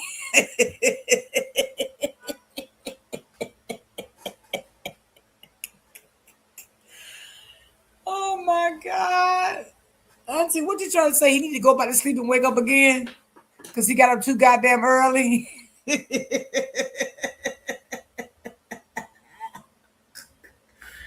Oh my God! I hope they allow the cameras for the new trial. That would be great. That would be great. And then if they do, y'all, then I can go live. Maybe like a little earlier than what I do. Maybe like an hour and a half early or something. If they do allow it, we'll see like when the new trial will start and everything. I will keep up with, the content creators that's covering special needs. I would definitely keep up with her. I would definitely keep up with the attorney lady.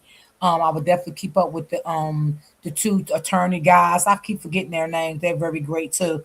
So I definitely will keep up with them and see like when the trial and stuff will start. Yeah. Yeah. So I definitely will do that. And I ain't forgot about Nolan. I had to just drop it for a minute because I had to jump back on this one, because I know a lot of things still going on with Nolan. So I probably gonna do being that tomorrow's Friday and I don't come live on Saturdays and Sunday, I probably drop a video, a recording, a premiere. I'll probably do a premiere Saturday about Nolan because I haven't had time to touch base on him this week because the Carmelo case came back up, and I can't do two at one time. I'd be stressed, girl. I'd be tired. So I'll probably do that. I woke up and saw that, and I went back to bed. My eyes was burning. I was okay. Yeah, because I woke up early too, and that's how I seen Neat live. She was live like what 5:30 in the morning, I think. She was out there like 5:30 in the morning. And I woke up, I seen her live. I tapped in. Girl, my eyes was still hurting. God damn. And then after, because she didn't stay on a long time. And then after she went off, I dozed back off and went to sleep. I had got up early too. Yeah. So I mean, Nick was out there about. Yes, she was. She was out there around about 5. Yep, she sure was. Mm-hmm. She was out there early. I'm glad. It was said no. Yes, I'm glad too. Yep. But you know what? I kind of figured that Mr. Potato Head was lying, y'all. Okay. Now is he gonna come out and apologize the way he said that about Nolan's family? Talk about something, yeah, y'all gonna owe these boys apology. No, you owe Nolan mother and father apology by saying that he was out there with that white powder stuff and you knew that wasn't true. See, your lies is catching up with you too. I knew that was a lie because, y'all, why would Nolan be the only one out of all those people on the land with powder? They only gave it to Nolan. I kept telling y'all it didn't make sense. None of the other boys will want it. Nolan would be the only one that wanted it. That didn't make sense to me. I didn't believe it. I never believed it. I never believed that. I'm sick of him, girl. You too. Oh, girl, I've been sick of him. Great live, Miss D. Thank you, and you have a blessed day too. Like, why would Nolan be the only one out of all those people? Okay, let me tell y'all something before I get off of here. I'm gonna stick to what I stick with, y'all. I believe that when the fight broke out, it was because they said it was Warren brother, right? That had the fight, I think, with somebody, whoever. Maybe Nolan could have started recording. Maybe Nolan could have said something.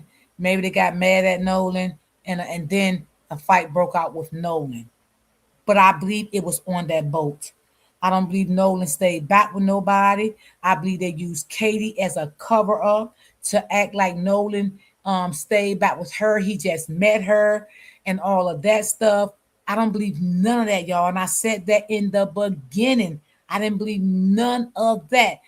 That fight, I believe, and I'm going to stand on it, it broke out on that boat. And I believe whatever happened to Nolan, it happened on that boat.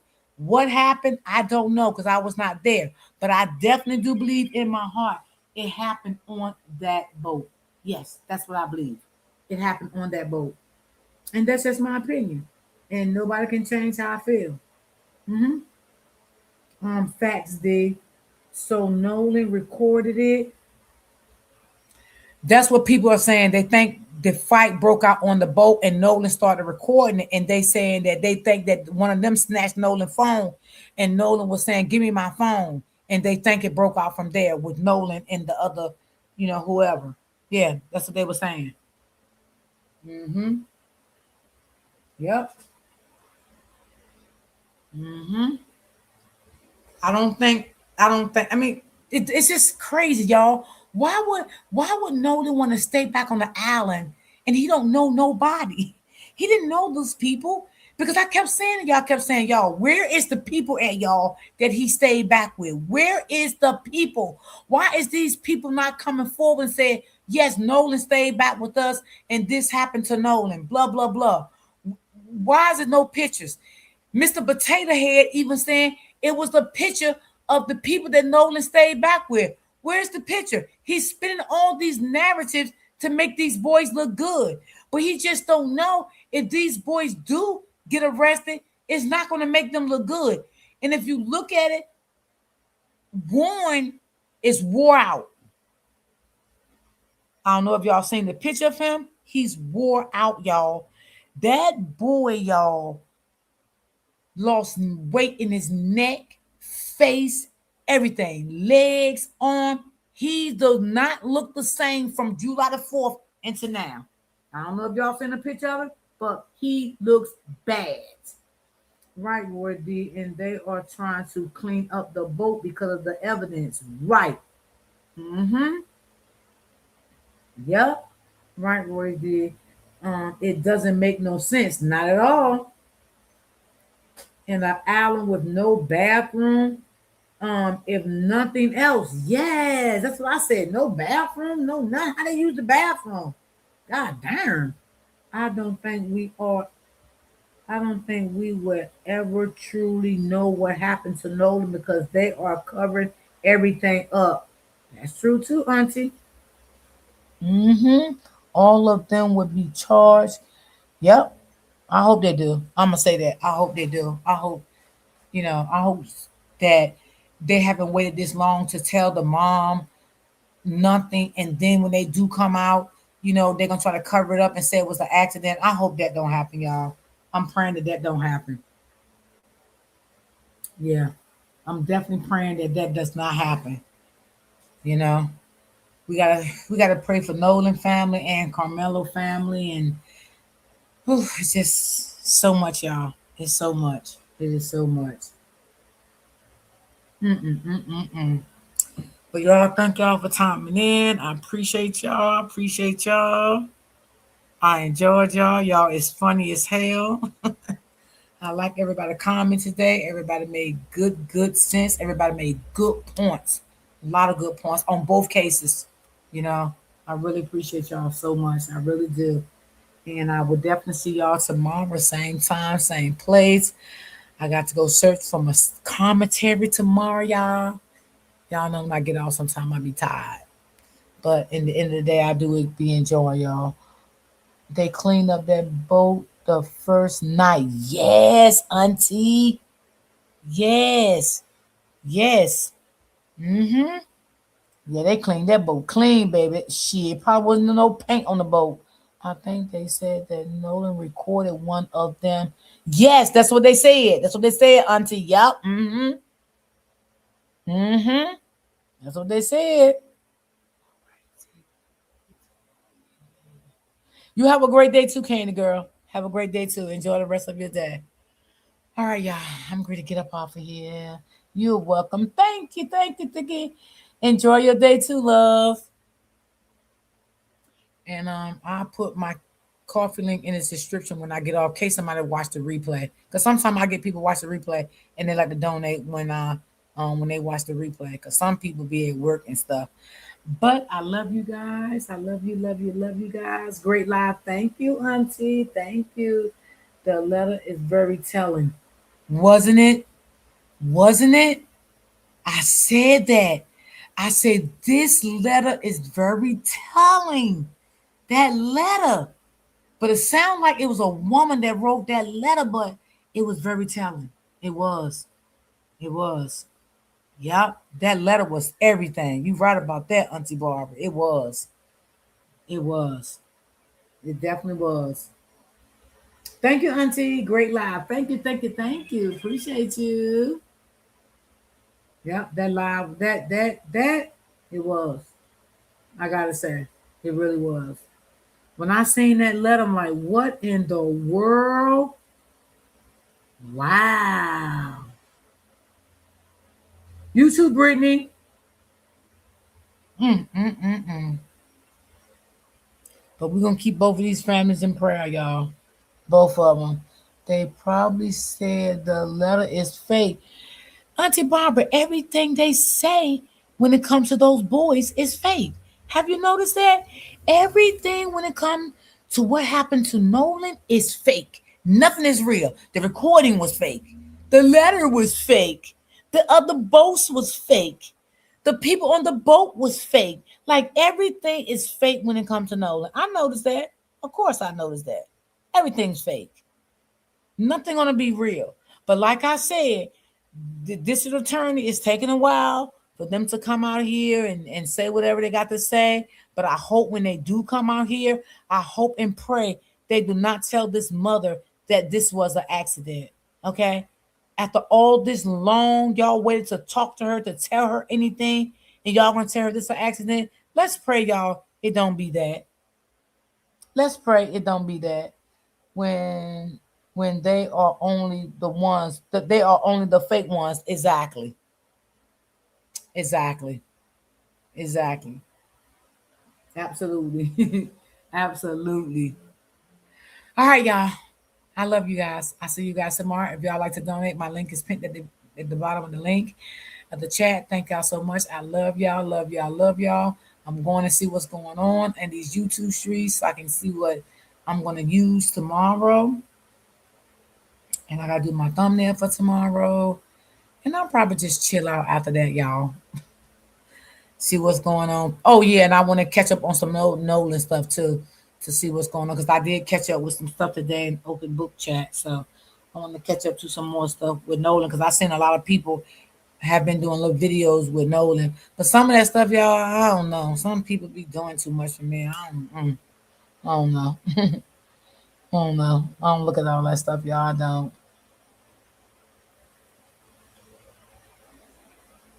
Oh, I've seen that some content creator posted. Was that Willie D? It could have been Willie D posted about the governor and all of that stuff. I think that was Willie D. I think that was him. If it is, I'm gonna go back and find. I think that was him because I follow a lot of his stuff. 'Cause, baby, he don't give a damn what he said. He said, and I said it. I said it. I'll be cracking up at him. He is so funny, y'all. He's so funny. I'll be cracking up. He's funny. Oh, I love Willie D, auntie. I do. I do. He funny as hell. He be having me die laugh. I be like, Willie D, stop. He be like, I said it. I said it. But I like him because, I, he's calm and he's not all loud and yelling and stuff doing his commissary, and he get to the straight to the point, and you know he just be himself. I like people be their self. So he is. Nolan's birthday celebration was nice.